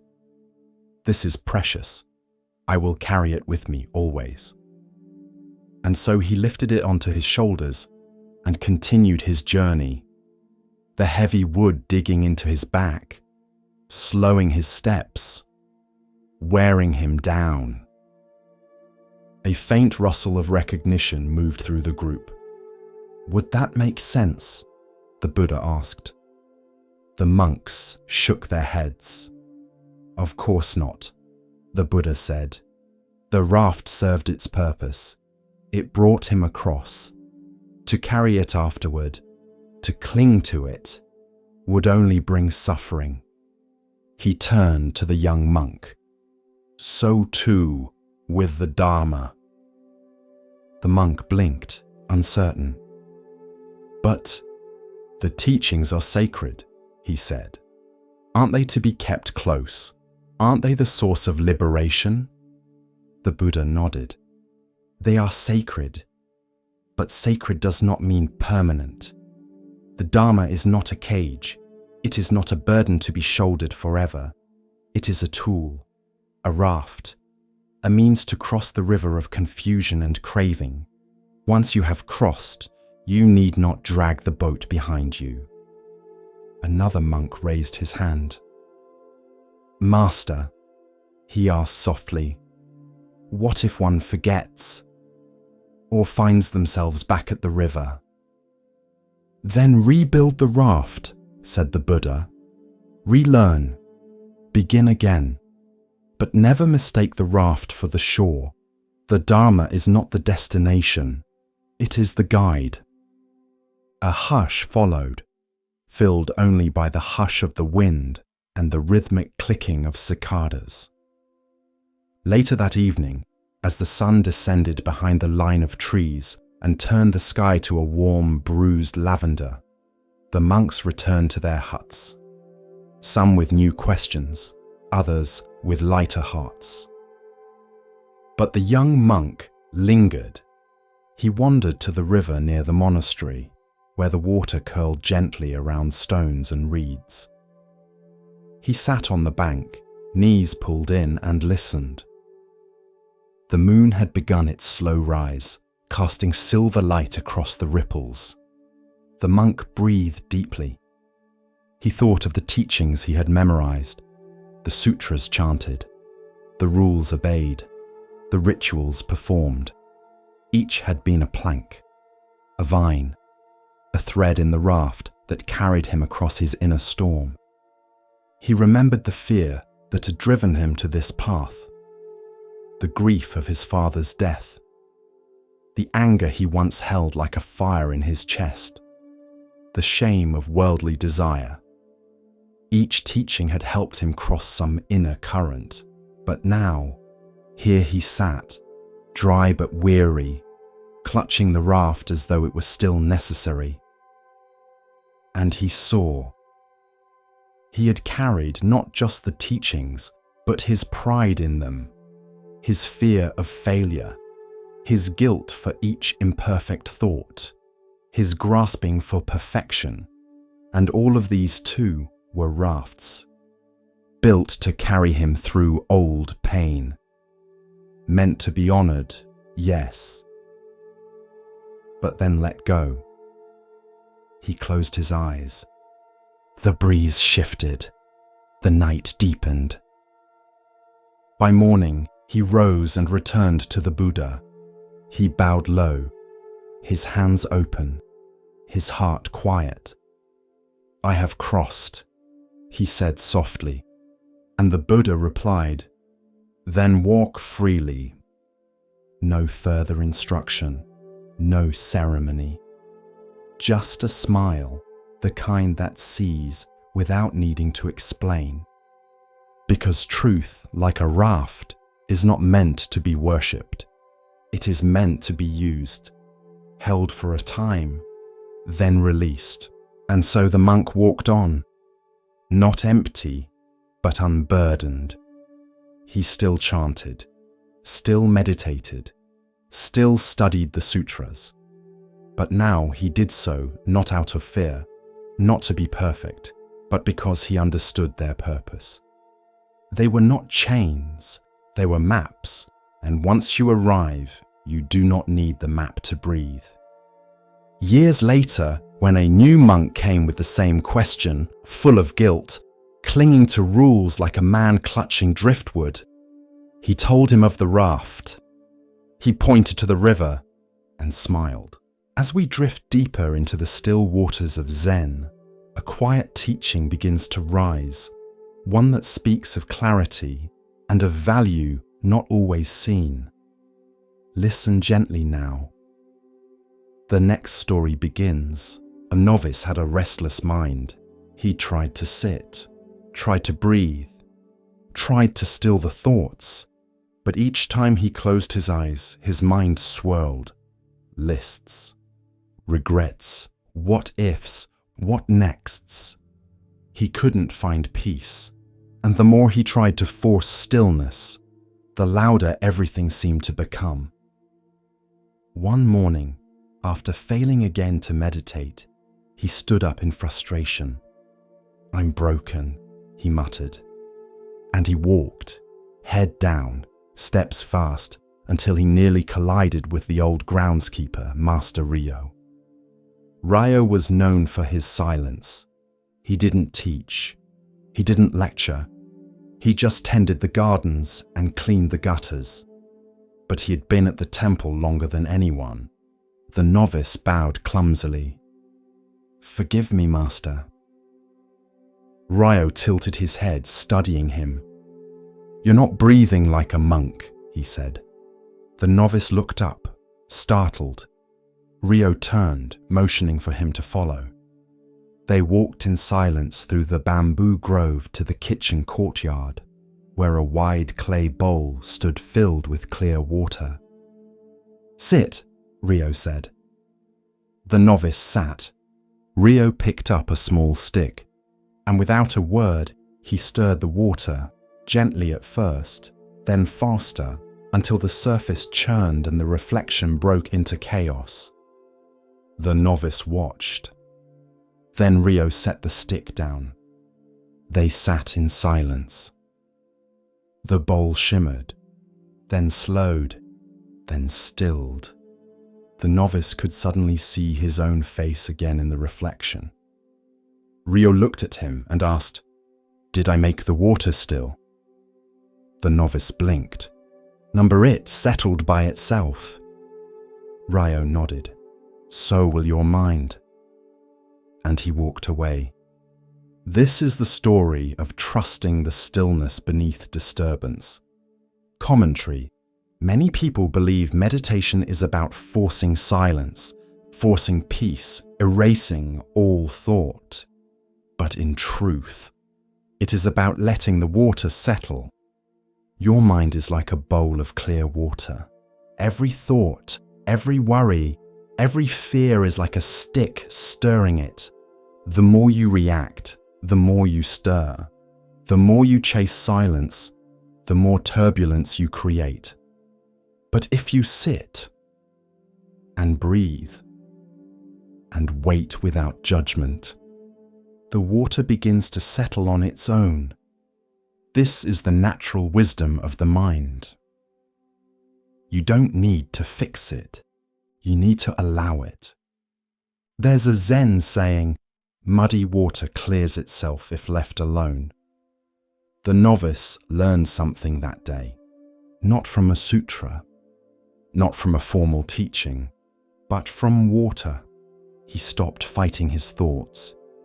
Instead, he watched them. Like leaves drifting across a pond. He stopped demanding they leave, and instead bowed as they passed. And slowly, something began to shift. Not instantly, but gently, like the bowl that stopped churning the moment no hand stirred it. This is how peace comes. Not by control, not by perfection, but by patience. By the quiet knowing that nothing stirred stays stirred forever. If you are anxious, sit like the bowl. If you are overwhelmed, breathe like the wind that forgets itself. If you are angry, wait like the pond after rain. It will pass, all of it. And when it does, clarity returns. You'll see your reflection again. Not because you forced it, but because you didn't run. So next time you feel lost in thought, don't fix, don't flee, just wait. And let the water be water. In a sleek glass building downtown, an elevator rose and fell like breath. It carried suits and heels, coffee cups and clipped conversations, laptops glowing with unread messages. And in it stood Daniel. Crisp tie, polished shoes, phone always in hand. Eyes darting to the floor counter. 17, 18, 19, always up. Daniel worked in mergers and acquisitions. His days were booked in color-coded blocks. 10-minute meetings, lunches at his desk, even bathroom breaks planned with precision. He was good, efficient, respected, and completely unable to rest. The elevator was his chapel, the only place he stood still. And even then, his mind climbed faster than the floors. One day, the elevator stopped between levels. A soft jolt, a mechanical sigh, then stillness. Daniel exhaled, checked the buttons, pressed call, tapped the screen on his phone. No service. He cursed, then waited. 5 seconds, 10, a minute, no motion. Panic started to rise. Not fear of being trapped, but fear of not moving. In that silent steel box, Daniel faced the one thing he avoided: stillness. He looked around, at the brushed metal walls, at his own reflection, tight jaw, shallow breath. For the first time in months, he had no signal, no task, no escape. And slowly, something cracked. Not loudly, just a hairline fracture in the illusion. Daniel slumped slightly, loosened his tie, sat down right there on the elevator floor. He exhaled, long and low. He noticed how loud silence is when you're used to constant motion. He watched the display screen, still frozen at level 19. He chuckled. Of course, 19, almost 20. The next promotion, the next salary tier, the next version of himself. Always almost, never here. The Buddha once asked, if you carry a burden endlessly, does it grow heavier or lighter? The answer is, it becomes you, and you forget you are ever free of it. Daniel didn't move, didn't check the time, didn't plan. He just sat, and after a while, he realized he didn't miss anything. The world outside was still spinning, and yet, in here, there was space.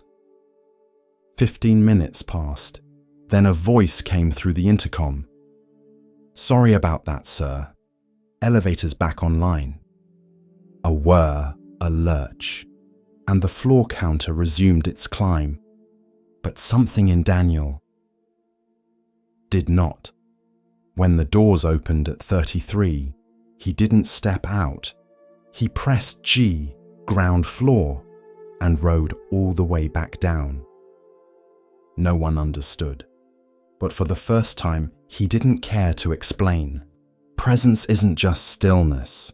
It's not needing to climb when you don't know why you're climbing. The next day, he came to work with a small thermos of tea. No email before 10 a.m. He looked co-workers in the eye, asked how they were, waited for the answer. He still worked hard, still showed up, but something had softened. Something had stopped chasing. Years later, Daniel told a friend, "The best thing I ever did was get stuck." The friend raised an eyebrow. Daniel smiled. I needed the elevator to stop, so I could finally notice. I didn't want the top floor. Climbing isn't wrong, but climbing without pause forgets the view, and sometimes the highest level is the one where you sit down and breathe.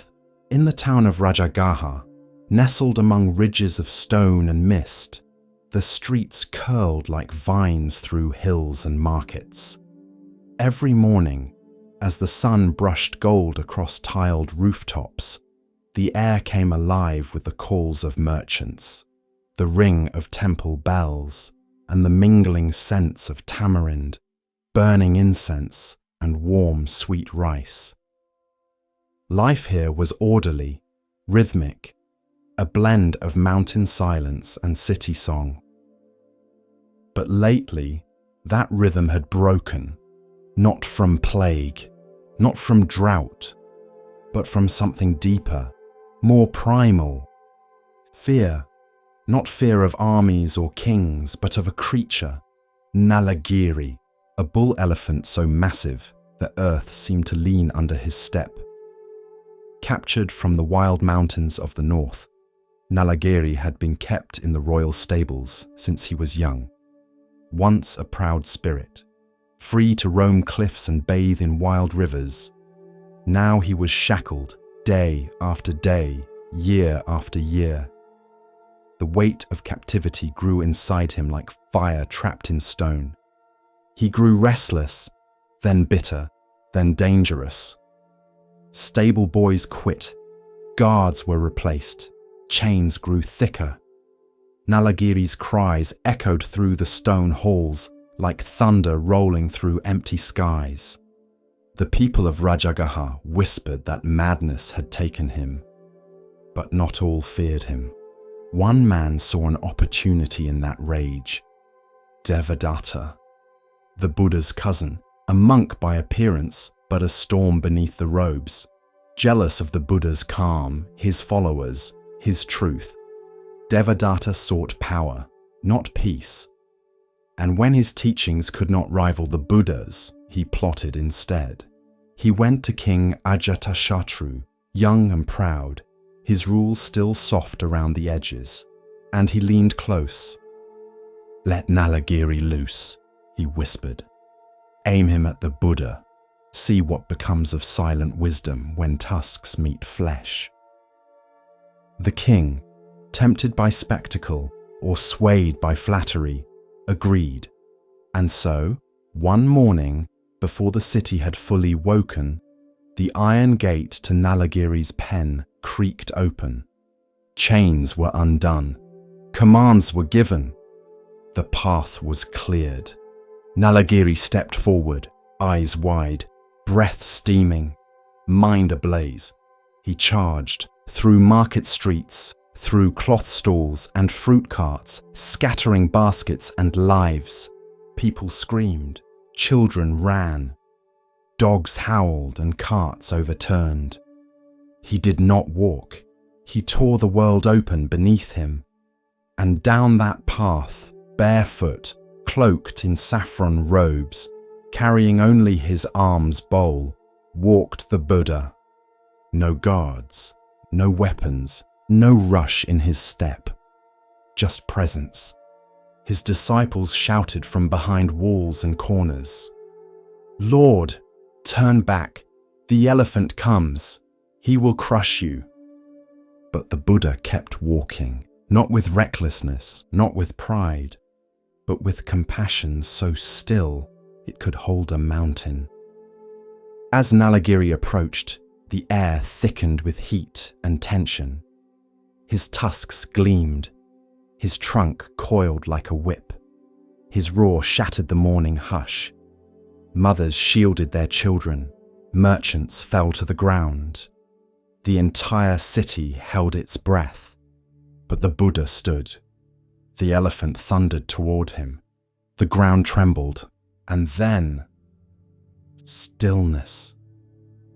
The Buddha raised his eyes and looked.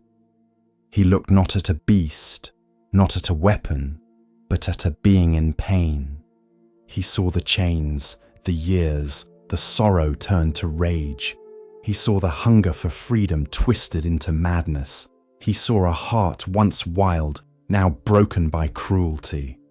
And in his gaze, he held no fear, no judgment, only recognition. As Nalagiri neared, mere strides away from trampling the man before him, he met that gaze, and something changed. The wind quieted, the air cooled. The fire in Nalagiri's eyes flickered. He slowed, then paused. His ears twitched, his breathing hitched. He took one more step, then stopped. The Buddha stepped forward. Slowly, gently, one hand raised, not to strike, not to shield, but to bless. And Nalagiri knelt. He folded his legs beneath him, lowered his head like a branch under rain. A great groan, half sigh, half sorrow, escaped his chest. And there, in the middle of the street where rage had once ruled, the Buddha placed his hand on Nalagiri's brow. Not with domination, but with presence. And the elephant wept. Tears pooled beneath his eyes, streaking down the folds of his face, darkening the dust. His trunk coiled softly around the Buddha's arm, no longer as a weapon, but as a gesture of surrender. The city watched in stunned silence. The same elephant who shattered stone fences and snapped trees now sat like a disciple at the feet of peace. Devadatta, watching from the shadows of a colonnade, said nothing. His plot, like a snake uncoiled, had slithered away, not with defeat by force, but by a truth too gentle to resist. Later, when the sun rose fully and the city slowly exhaled, Nalagiri returned to the royal grounds, but no longer was he led by whip or chain. He walked slowly, willingly, like a monk returning from alms. The Buddha returned to his seat beneath a banyan tree, his bowl untouched, his robe still bright. And the people came. They came not to celebrate a miracle, but to understand a lesson. They asked, "How did you stop him? And the Buddha replied, "Anger cannot be conquered by anger, but by love alone. Fear cannot be silenced by force, but by understanding. The wildness in others is often the cry of suffering, not wickedness." And so it was taught that true strength is not in the fist, not in the sword, but in the heart that stays open in the face of danger. The tale of Nalagiri passed from lips to scrolls, from scrolls to temples, from temples to time itself. Children would ask their mothers, "Is it true that the Buddha tamed the elephant?" And they would answer, "Yes, my child, but not with magic, with seeing. Seeing the pain in others, seeing the fear beneath fury, seeing the being behind the mask, and meeting it with love." Nalagiri lived out his days not as a beast of burden, but as a gentle giant, offering rides to children, watering temple gardens with his trunk, and standing calmly when the monks recited sutras beneath the trees. It is said that when he died, the earth grieved gently, and his spirit rose unchained. Some believe Nalagiri was reborn in a heavenly realm. Others say he was reborn among the disciples. But all agree on this, that in the still gaze of one awakened man, an ocean of rage was calmed. Not by war, but by peace itself. With each breath, we continue our journey through the wisdom of Zen, where the smallest stone may hold the greatest truth. Here starts the next story. There was once a mirror. Polished and flawless, it reflected everything. The mountain at dawn, the child's laugh, the tired lines on an old woman's face. It made no judgment. It added nothing. It simply showed the truth. But slowly, over time, dust began to settle on the mirror. Just a little each day. First the soft film of daily life, breath, skin, wind. Then more, smoke from cooking fires, damp from morning rain. The mirror was not broken, but what it showed became dull, distorted, not because it had changed, but because the dust had gathered. One day, someone passed by and frowned. "This mirror is useless," they said. "It doesn't reflect anything clearly." Another agreed. "It must be flawed." But then an old caretaker stepped forward. She took a cloth, wiped once, twice, 3 times, and beneath her hand, the shine returned, not because she added anything, but because she removed what didn't belong. This is the story of the mind, not just in Buddhism, in life. Your mind is a mirror, naturally clear, naturally reflective. It was never meant to cling, or distort, or judge. It was meant to see. But like the mirror, it gathers dust, thoughts, memories, opinions, wounds, desires, stories. Each one a fine layer, each one settling so softly that you hardly notice, until one day, you no longer see clearly. You don't see the other person, you see your story about them. You don't feel this moment, you feel your expectations.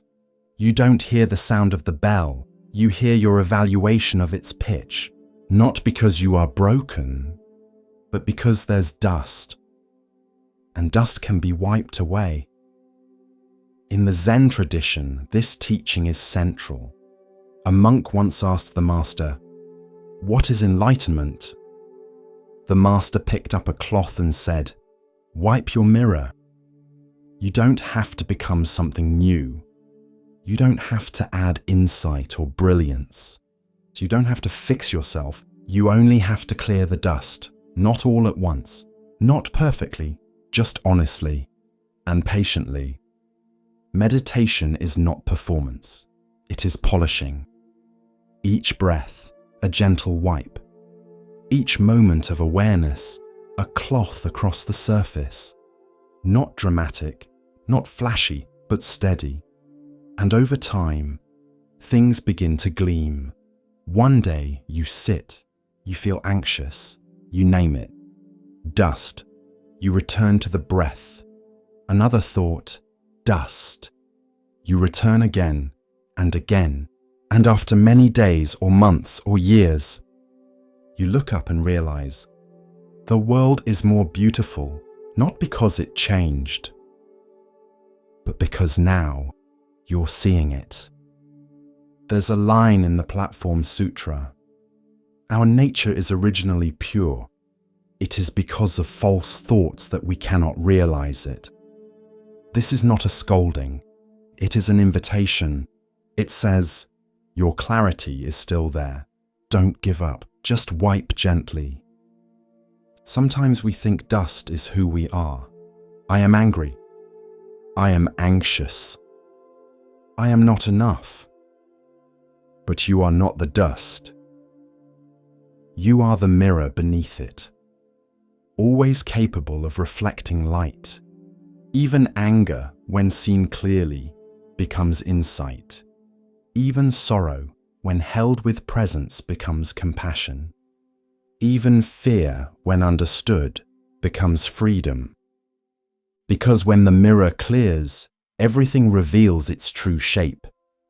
Commentary. The mirror and the dust is not just a metaphor, it is a daily practice. It teaches us that effort matters, that clarity is not permanent, but neither is confusion.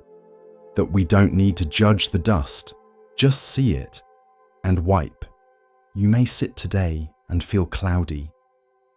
Thoughts may swirl, but every moment you stay, every time you bring your hand to the surface of your own experience, you are remembering, you are seeing, you are restoring the mirror.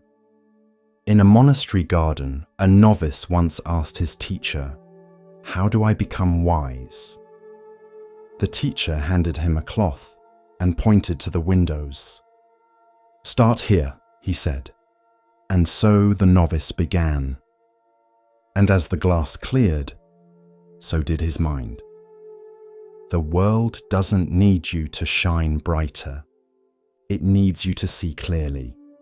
And the first step is this: pause, look at your thoughts, smile at them, and then wipe gently, without shame. Because beneath it all, you were always the mirror.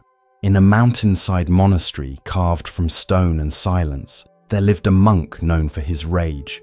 He was not a novice, not undisciplined, not cruel, but when the fire came, it came fast, like wind through dry leaves, like lightning on still water. His name was Anjun. Years before, he had left behind a life of status and noise. A wealthy merchant's son, he had walked away from gold, from servants, from praise.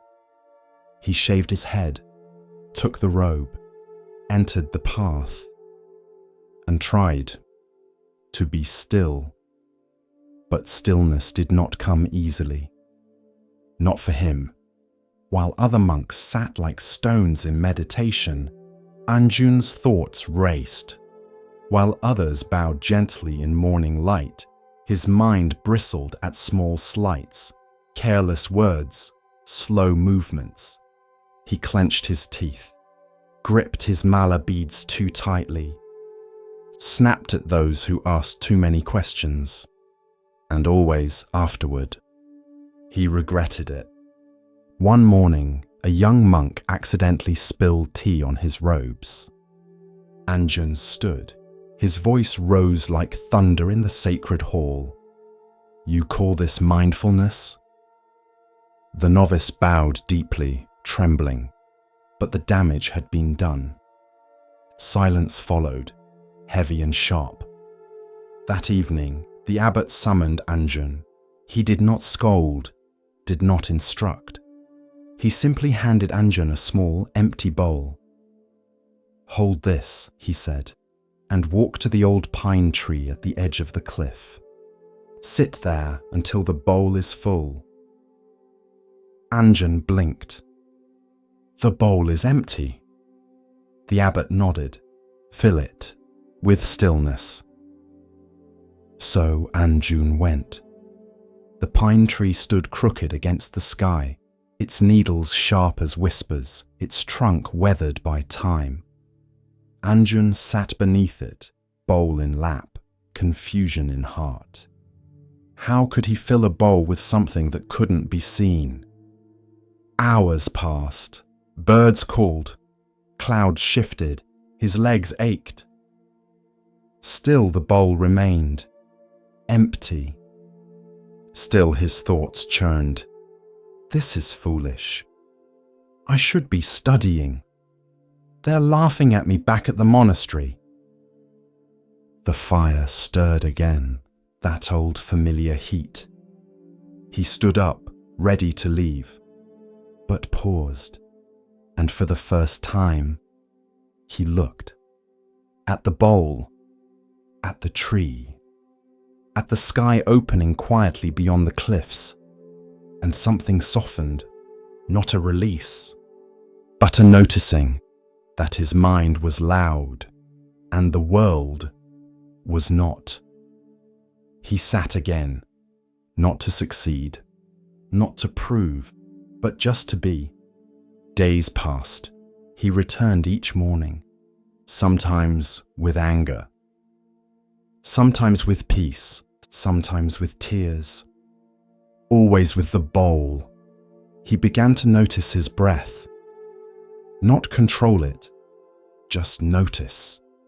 He began to feel his thoughts, not as commands, but as weather. They came, they went. One day, a beetle crawled across the bowl's rim. Anjan did not flinch, did not swat it away. He watched it, felt its tiny weight, its gentle effort, and whispered, "Thank you." Weeks later, he returned to the abbot. The bowl was still empty, but his eyes were not. They were clear, software still. The abbot smiled. "Did you bring what I asked for?" Anjan bowed. "I did not fill the bowl with stillness, but I emptied it of everything else." This is the story of the angry monk, and how fire, when met with space, becomes warmth. Commentary. Anger is not evil. It is energy. It is fire. And fire can cook food or burn down temples. The Dharma does not teach suppression. It teaches transformation. Anjan did not erase his anger. He sat with it. He saw its roots: fear, pride, expectation, and in seeing it clearly, he softened. You cannot calm your mind by force. You cannot force a bowl to fill with stillness. You can only stop stirring the water and wait until clarity returns on its own. We all carry bowls, and we all try to fill them with achievement, with reaction, with rightness, with control, but the wisest among us know. The real work is emptying, not to lose, but to make space. There's a Zen saying, "Let go or be dragged." You don't have to destroy your fire. Just give it space. Let it breathe. Let it teach you what stillness really means. And remember, stillness does not mean absence of movement. It means absence of resistance. Like a tree that sways but does not break. Like a bowl that reflects the sky because it does not try to. Let your bowl be empty. And in that emptiness, find peace. The leaves whispered of him before his name ever reached a village gate. Parents clutched their children. Merchants rerouted their caravans. Monks bowed their heads, not in reverence, but in caution. For the man they called Angulimala roamed the forests like a curse in flesh. They said he wore a garland of severed fingers. They said he moved like wind through tall grass, too fast, too silent, too deadly. They said he had no soul, but the truth was more complicated. He had once been Ahimsaka, a child born to a noble Brahmin family, gentle, studious, with a heart like spring water, clear, eager, pure. His name meant harmless, and for a time it fit. His parents glowed with pride. His teachers praised his mind. He recited texts with ease and never raised his voice. He walked the sacred path with reverence. But even gardens grow shadows, and in the heart of his teacher, a master once kind, jealousy stirred like embers beneath calm. What if this boy outshines me? What if he is remembered while I am forgotten? And so, the poison was planted. Whispers behind closed doors. Lies dropped like oil into water. The teacher turned the other students against Ahimsaka. Then, turning to the boy himself, he spoke. If you truly wish to complete your training, bring me a gift. 1,000 lives, 1,000 fingers. Ahimsaka was horrified, but loyalty ran deep, and confusion deeper still. His world, once steady, spun sideways. The teachings twisted, the compass lost. And so he walked into the forest, heart trembling, mind clouded. At first, he resisted. Then, he rationalized. Then, he obeyed. One by one, lives fell. One by one, fingers were taken. He strung them on a garland around his neck, not out of pride, but as proof. A grotesque tally, a vow he could not break. Ahimsaka was gone. Only Angulimala remained. Years passed. Villages emptied at the sound of his approach. No warrior could stop him. No plea could reach him. He lived in the trees like a demon, fed by fear, haunted by silence. But sometimes, late at night, he would sit by the river and weep, not loudly, not dramatically, just a single, soundless shudder, as if his soul still remembered what it used to be. Then came the day everything changed. A new rumor reached the region. A monk in saffron robes was walking the land, barefoot and alone, unarmed, unafraid. His presence turned swords to dust. His gaze stilled storms. The Buddha. Angulimala laughed when he heard it. Let him come, he said. Let me take his finger too. And so he waited. It was mid-morning when the figure appeared, walking slowly along the forest path, robe brushing the grass, eyes lowered, bowl in hand. No fear, no hesitation. Angulimala stepped out from the trees, blade drawn. But the monk did not stop, nor did he hurry, just walked. Calm, present, silent. Something in Angulimala snapped. With a roar he charged. The earth pounded beneath him. His breath came wild. His blade glinted in the sun. But no matter how fast he ran, the monk remained just ahead, neither speeding up nor slowing down, until suddenly he stopped and turned. Their eyes met. The forest held its breath. Angulimala's chest heaved. "Stop!" he shouted. "Stop walking!" And the Buddha spoke. Calm, clear, eternal. I have already stopped, Angulimala. It is you who has not. The words hit harder than any weapon. Stopped? The monk had stopped? Angulimala blinked. What do you mean? I have stopped chasing harm, stopped feeding the fires of anger, greed, and ignorance. But you still run. Angulimala lowered his sword. Not all the way, just a little, but enough. What should I do? And the Buddha stepped closer, unshaken, unarmed, unafraid. Drop the weapon, he said, and follow. For a long moment, Angulimala stood frozen. The forest was silent. Even the wind waited. Then, with trembling hands, the man removed the garland from his neck. Each finger clattered to the ground, like a lifetime falling apart. He dropped the sword and fell to his knees. I don't know how to walk your path, he whispered. The Buddha extended a hand, not to lift, but to witness. You already have, he said. The townspeople were outraged.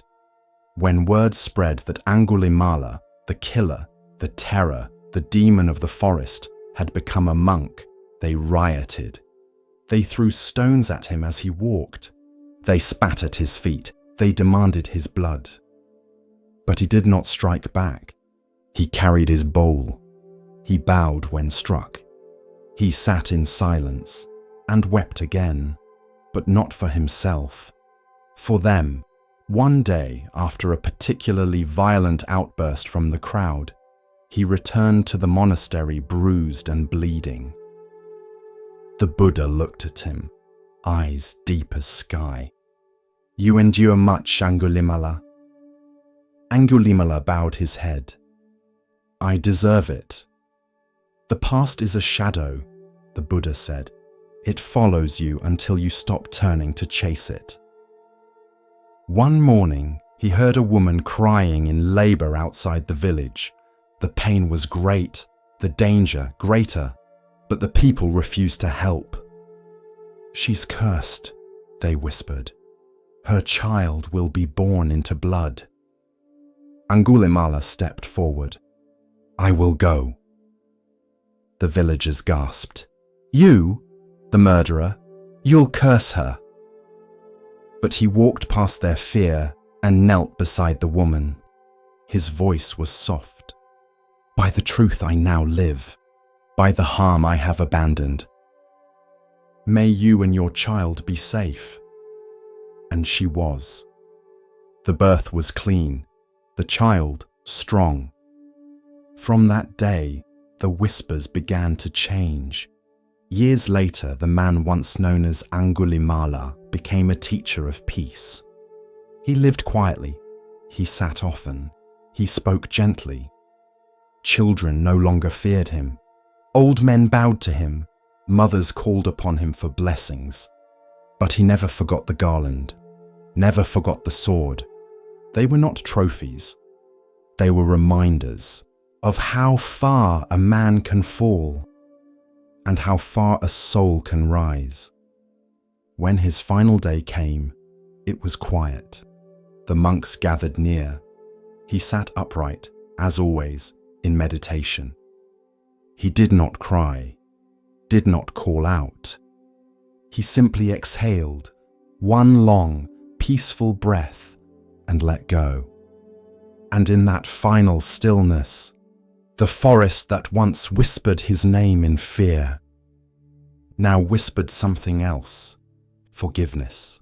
The path of Zen unfolds like morning mist, soft and patient. In this next tale, we are invited to see, beyond appearance, into essence. Listen carefully to the next story. The road to Kusinara was quiet, not silent, never that, but filled with the hush of a world preparing to let go. Leaves rustled without wind. birds called, but softly, like they too were watching. The monks walked in silence, their robes brushing against dry earth. And at the front, supported by Ananda's steady hand, walked the Buddha. His body was frail. The form that had once walked hundreds of miles barefoot, that had sat unshaken through storms, through temptation, through hunger, now trembled with every step. His ribs showed like lines drawn in dust. His shoulders drooped like branches in drought.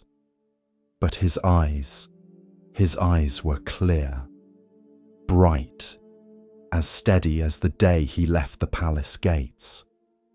They reached a grove of sal trees on the outskirts of the small village of Kusinara. The Buddha paused. "Here," he said softly. "Let us rest here. This is a good place." The sal trees stood in silent formation, tall, pale, and blooming out of season, their white blossoms drifting like snow. Some monks whispered that the trees had awakened too, that nature itself knew what was coming. Ananda laid down a folded robe beneath his teacher's head. The others formed a soft ring around them, as if holding the space open, sacred and still. The Buddha reclined on his right side, in the lion's posture, facing west. His breathing was shallow but steady. The light of the setting sun turned the dust gold. "It is time," he said. "The body is like a worn cart, held together by straps and will. It has served its purpose. Let it be." Ananda knelt beside him, eyes already full of tears. "You always said not to cling," he whispered. "But I don't know how not to." The Buddha turned his gaze to his beloved attendant. "You have served with a heart free of self, Ananda, for 25 years, never once wavering. You have been my shadow in daylight, my shelter in storm. You are not losing me. You are gaining the path." Ananda bowed, his forehead to the earth. "But the world will feel so empty without your footsteps." The Buddha smiled gently. "Then fill it with your own." Word spread through Kusinara like a breeze stirring dry leaves. The Blessed One is near death. Men and women came with offerings, not of gold, but of rice, of garlands, of silence. Some stood at a distance, unable to speak. Others stepped forward and bowed low, their heads pressed to the soil. A blacksmith named Kunda came, humbly bearing a meal. A dish of mushrooms and tender greens, prepared with utmost care. The Buddha accepted it with gratitude and blessed the man. Later, as pain overtook him, he turned to Ananda. "Tell Kunda this," he said. "He should feel no regret. 2 meals in my life stand out. The first, offered by Sujata, gave strength for awakening. This one gives strength for release. Both are sacred. Both are complete." Ananda nodded, committing the words to memory. The sun dipped low. The monks gathered beneath the sal trees, their hearts heavy. Some sat in deep meditation. Others simply watched their teacher, afraid to blink. The blossoms continued to fall gently, like the breath of the world slowing down. The Buddha opened his eyes. "Perhaps some of you think the teacher is gone. We have no one to guide us now, but that is not so." His voice was calm, though each word required effort. "You must be your own lamps. Be a refuge unto yourselves. Take the Dharma as your island. Do not look outside for shelter." A long silence followed. Then he added, with clarity that cut through every grief, "All compounded things are subject to decay. Strive with diligence." He closed his eyes. and entered deep absorption, one state after another, like ripples fading across a pond. First through the four jhanas, then through the formless states, boundless space, boundless consciousness, neither perception nor non-perception, and then beyond. His breath slowed, then faded, then stopped. But the silence that followed was not empty, it was whole. The sal blossoms fell across his body. One landed gently on his brow. Ananda did not cry at first. No one did. The stillness was too vast. It reached into them. It opened a space that no sorrow could fill. A hush settled over the grove, deeper than sleep, deeper than night. Even the birds fell quiet. Even the wind held back. And then, as if cued by the moment, the sal trees swayed. Not with breeze, but with knowing, with reverence. The Blessed One had passed into parinirvana. They sat for hours, no words, no movement, just presence. Some monks touched their foreheads to the ground. Others sat upright, spine like a mountain, anchoring the grief in stillness. When finally the moon rose, round and full, like a soft eye watching from above, Ananda stood. "He is gone," he said softly, voice breaking. "No," whispered another monk, a younger one. "He is everywhere now." The cremation took place days later.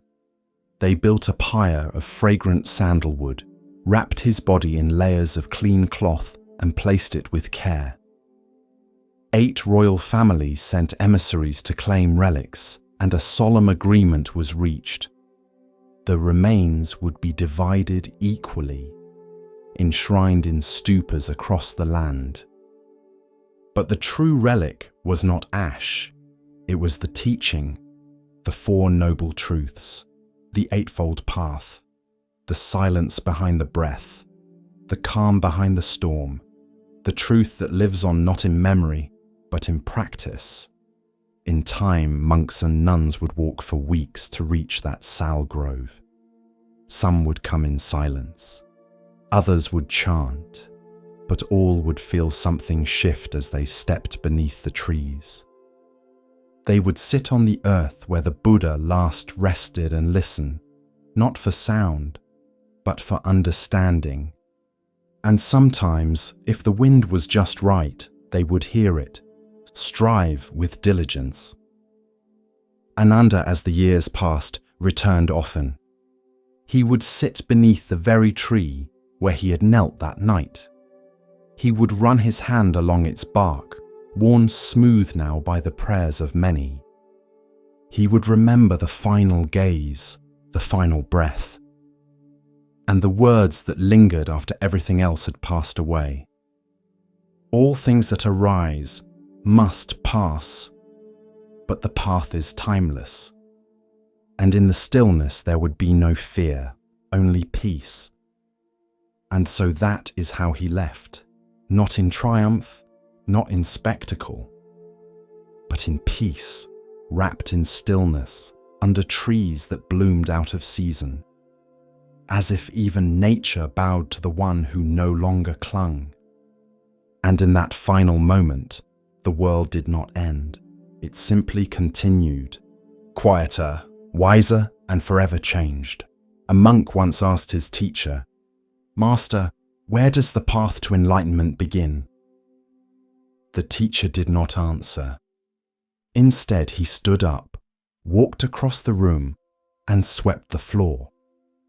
Later that night, the monk asked again, "Then where does it end?"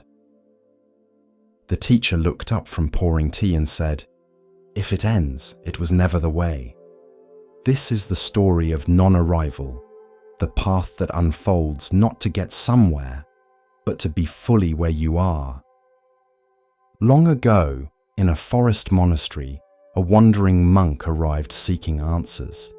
He had studied every scripture, debated with scholars, and meditated in caves for years.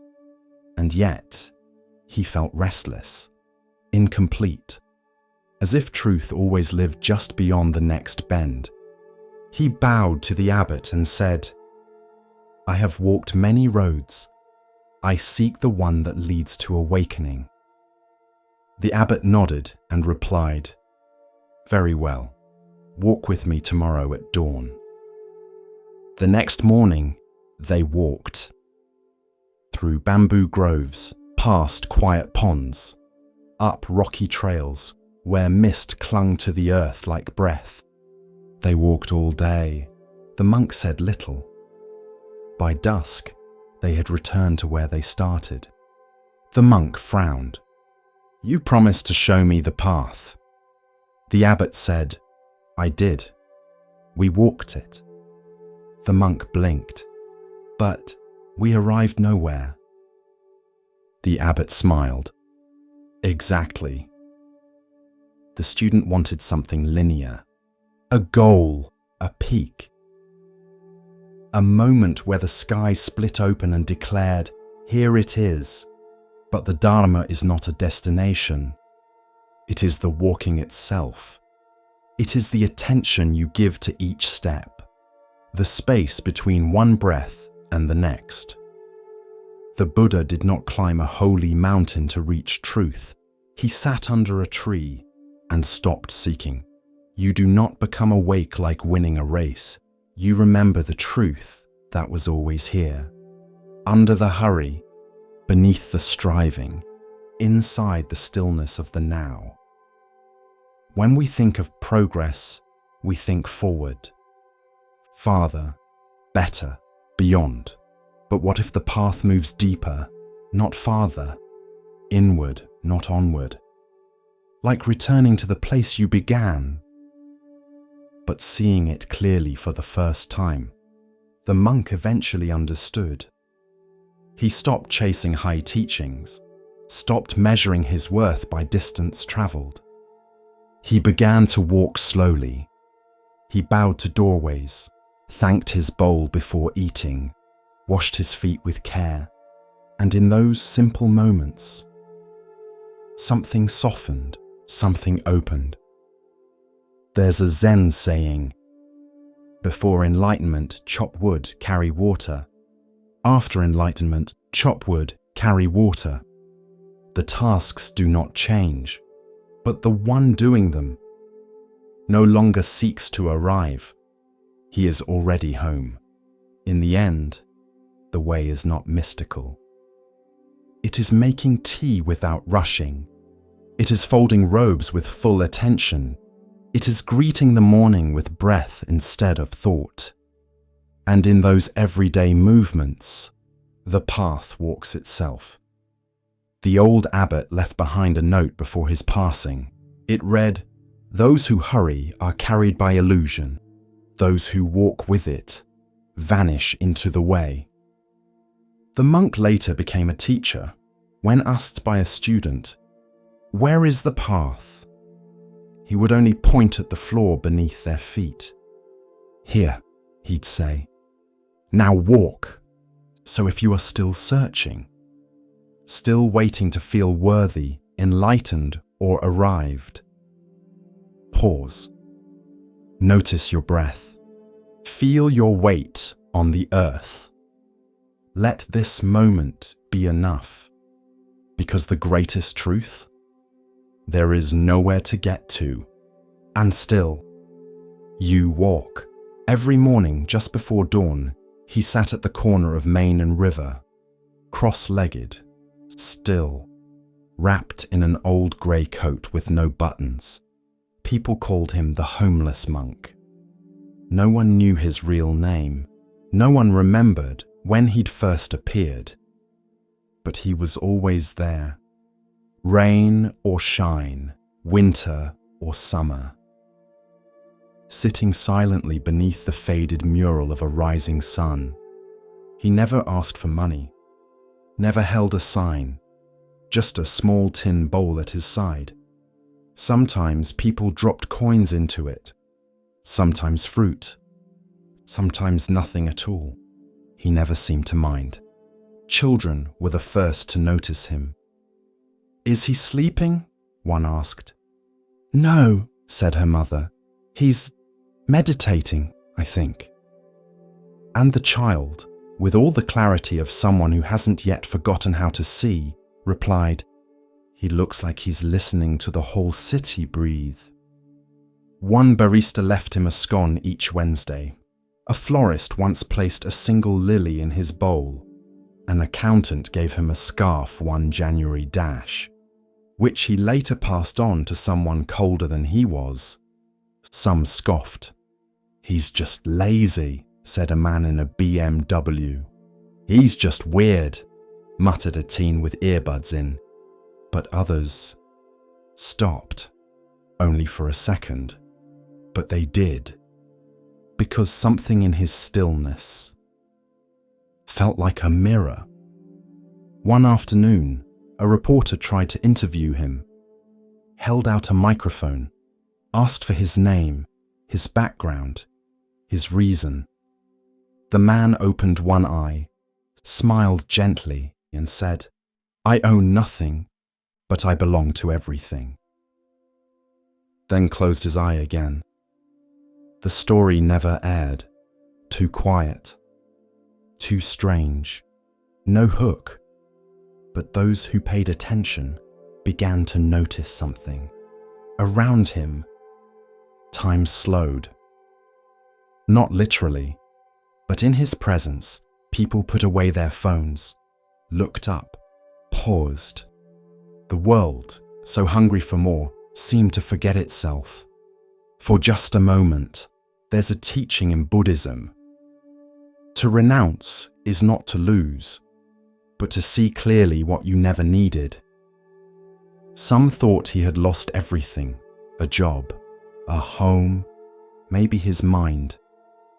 But maybe he had simply let go of identity, of striving, of the illusion that fulfillment lies in accumulation. One day, a man in a suit stopped and asked, "Don't you want something more?" The monk opened both eyes this time. "I already have it," he said.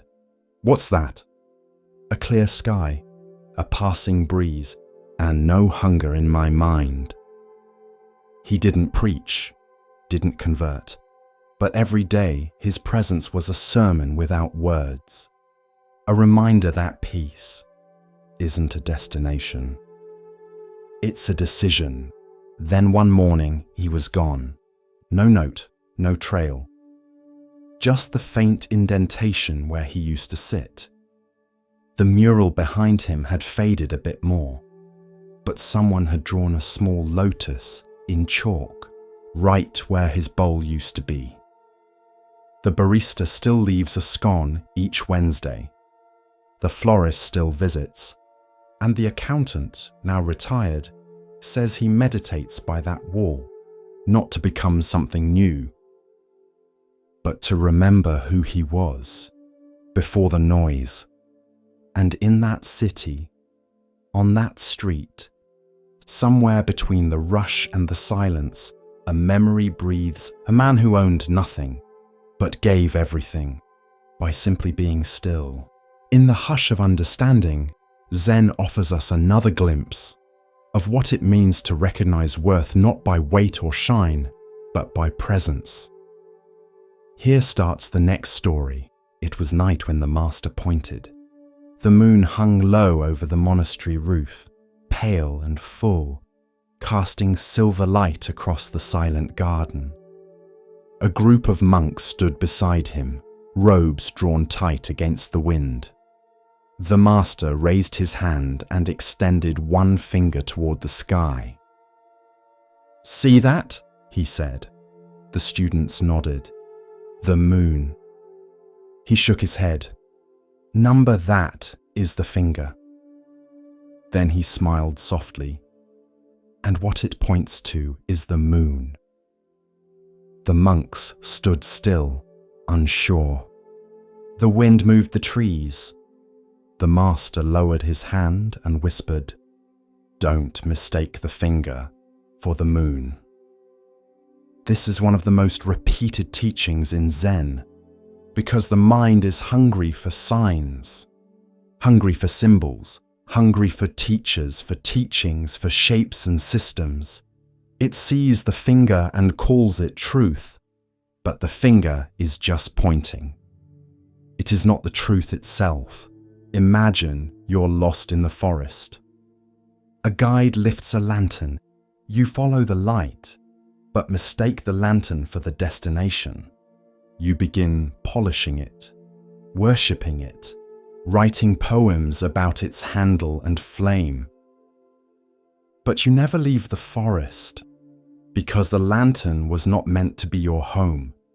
It was meant to show you the path. That's what Zen does. It points. But if you hold too tightly to the pointing, you never arrive. Buddha's words, the sutras, the rituals, even meditation, they are fingers. Beautiful, wise, luminous fingers. But if you cling to them, if you name them truth, you stop short of the moon. A monk once asked his teacher, "What is the nature of ultimate reality?" The teacher held up a flower, just a flower. The monk bowed. He understood, because the flower was not the answer. It was the invitation to stop asking, to just see, to be. There's a story of a man crossing a river. The bridge is narrow, the current strong. Halfway across, he freezes, looks down at the water and panics. He shouts to a traveler behind him, "Help me understand this bridge." The traveler laughs gently. "You don't need to understand it," he says. "Just walk." Zen does not fear the unknown.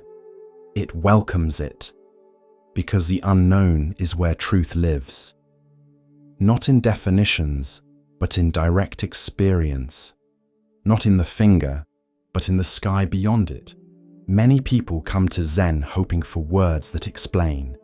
But the moment something is explained, it is no longer what it was. It becomes a concept, a mental model, and reality, true, breathing, silent reality, evaporates behind the map. Once, a young monk read every sutra he could find. He could recite the Eightfold Path, the 5 aggregates, the 4 noble truths. He knew Sanskrit terms. He quoted the Buddha with reverence. But he was restless. He asked his teacher, "Why do I still feel distant from awakening?" The teacher smiled and walked him outside. The moon was rising. The teacher pointed. The student followed the finger. "See it?" the teacher asked. "Yes," the monk said. "The moon." The teacher chuckled. "Number, that's still my finger." The monk blinked, and then, like a soft breeze over water, he understood. To point is not to possess. To teach is not to trap. Even the Buddha said, "My teachings are like a raft, meant to cross the river, not to carry on your back once you reach the shore." But many cling to the raft. They decorate it, argue over whose raft is best, then forget to cross. The finger and the moon, words and truth, map and terrain. All teachings are like this. Zen does not dismiss the finger, but it urges you not to stop there. Because no teacher can give you the moon. They can only point. The rest is silence, attention, direct seeing, commentary. This koan is not just about Zen. It is about how we relate to everything. A lover says, "I love you," and we cling to the phrase, replaying it in our minds. But the real love was in the look, in the moment, in the breath before the words. The words were the finger, the love was the moon. We read books about mindfulness, but forget to be mindful. We quote wise sayings, but live unawake. We chase spiritual techniques, but miss the moment itself. The way the light falls through leaves, the sound of tea being poured, the feel of wind on bare skin. These are the moon, director. Immediate, alive. When you sit in meditation, thoughts will rise. Names, labels, questions. That's the finger, let it point. But keep looking beyond, to what has no name. No answer, only presence, only this, only now. If you walk away with only the finger, you miss everything. But if you let it lead you, quietly, gently, without clinging, you may one day look up and find yourself under the full moon, smiling, and no longer needing to explain why. A fisherman rose each morning before dawn. He lived at the edge of a still bay, where mist rolled in like a soft breath and the world moved slowly. Each day, he cast his net into the water. Not with force, not with haste, just one gentle sweep into the unknown. Sometimes the catch was good. Other times, the net came up nearly empty. But he never cursed the sea. He simply folded the net, sat quietly by the shore, and waited for light. One morning, as he gathered the net, he noticed something strange. Tangled in the threads was not a fish, but a stone. Smooth, dark, heavy. He tried to shake it loose, but it wouldn't budge. So he tugged, pulled, cut a thread. But the more he worked, the more tangled the net became. What once was open and fluid now clung to itself in knots. The sun rose, the tide shifted, and the fisherman sat with his hands full of threads and tension. A monk walking nearby saw him and paused. She watched for a while, then sat beside him. They sat in silence. Then she asked, "Why are you still holding the stone?" The fisherman looked down, surprised. "I don't know," he said. "It was just there. I didn't ask for it, but now I can't let go."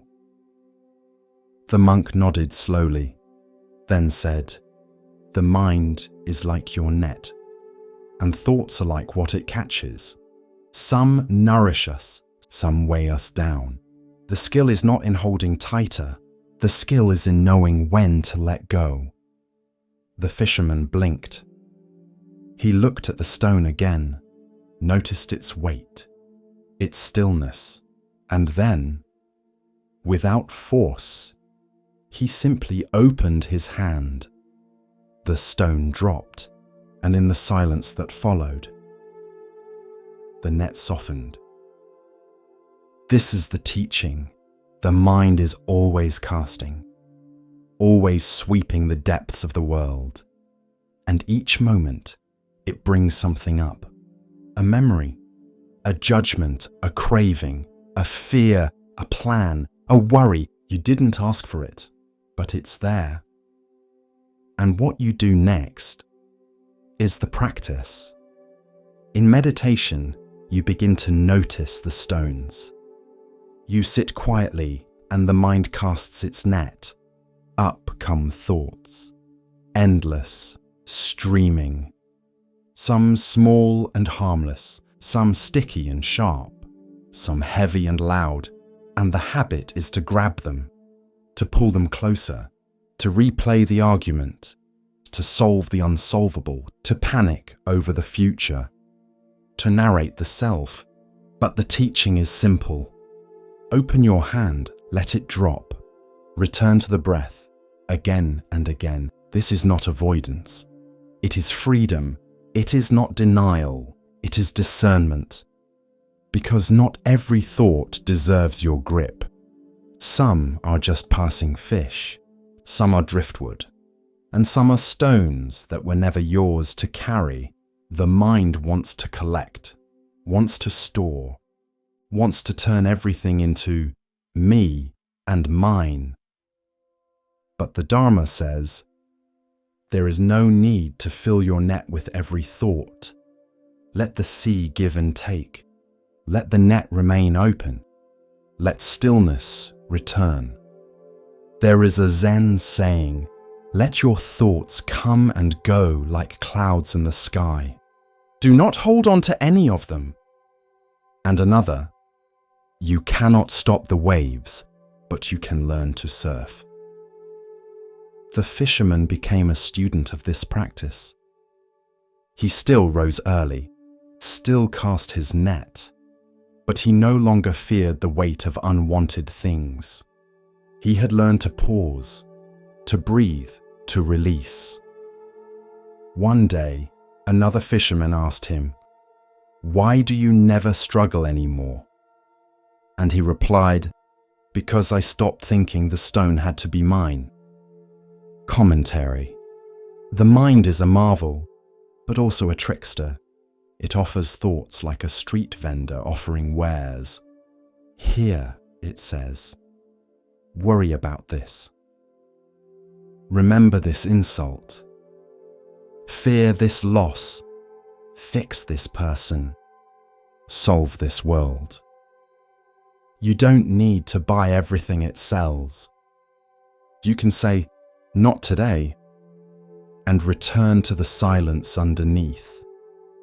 This parable teaches non-attachment to thought, not by suppression, but by seeing clearly, this is just a stone.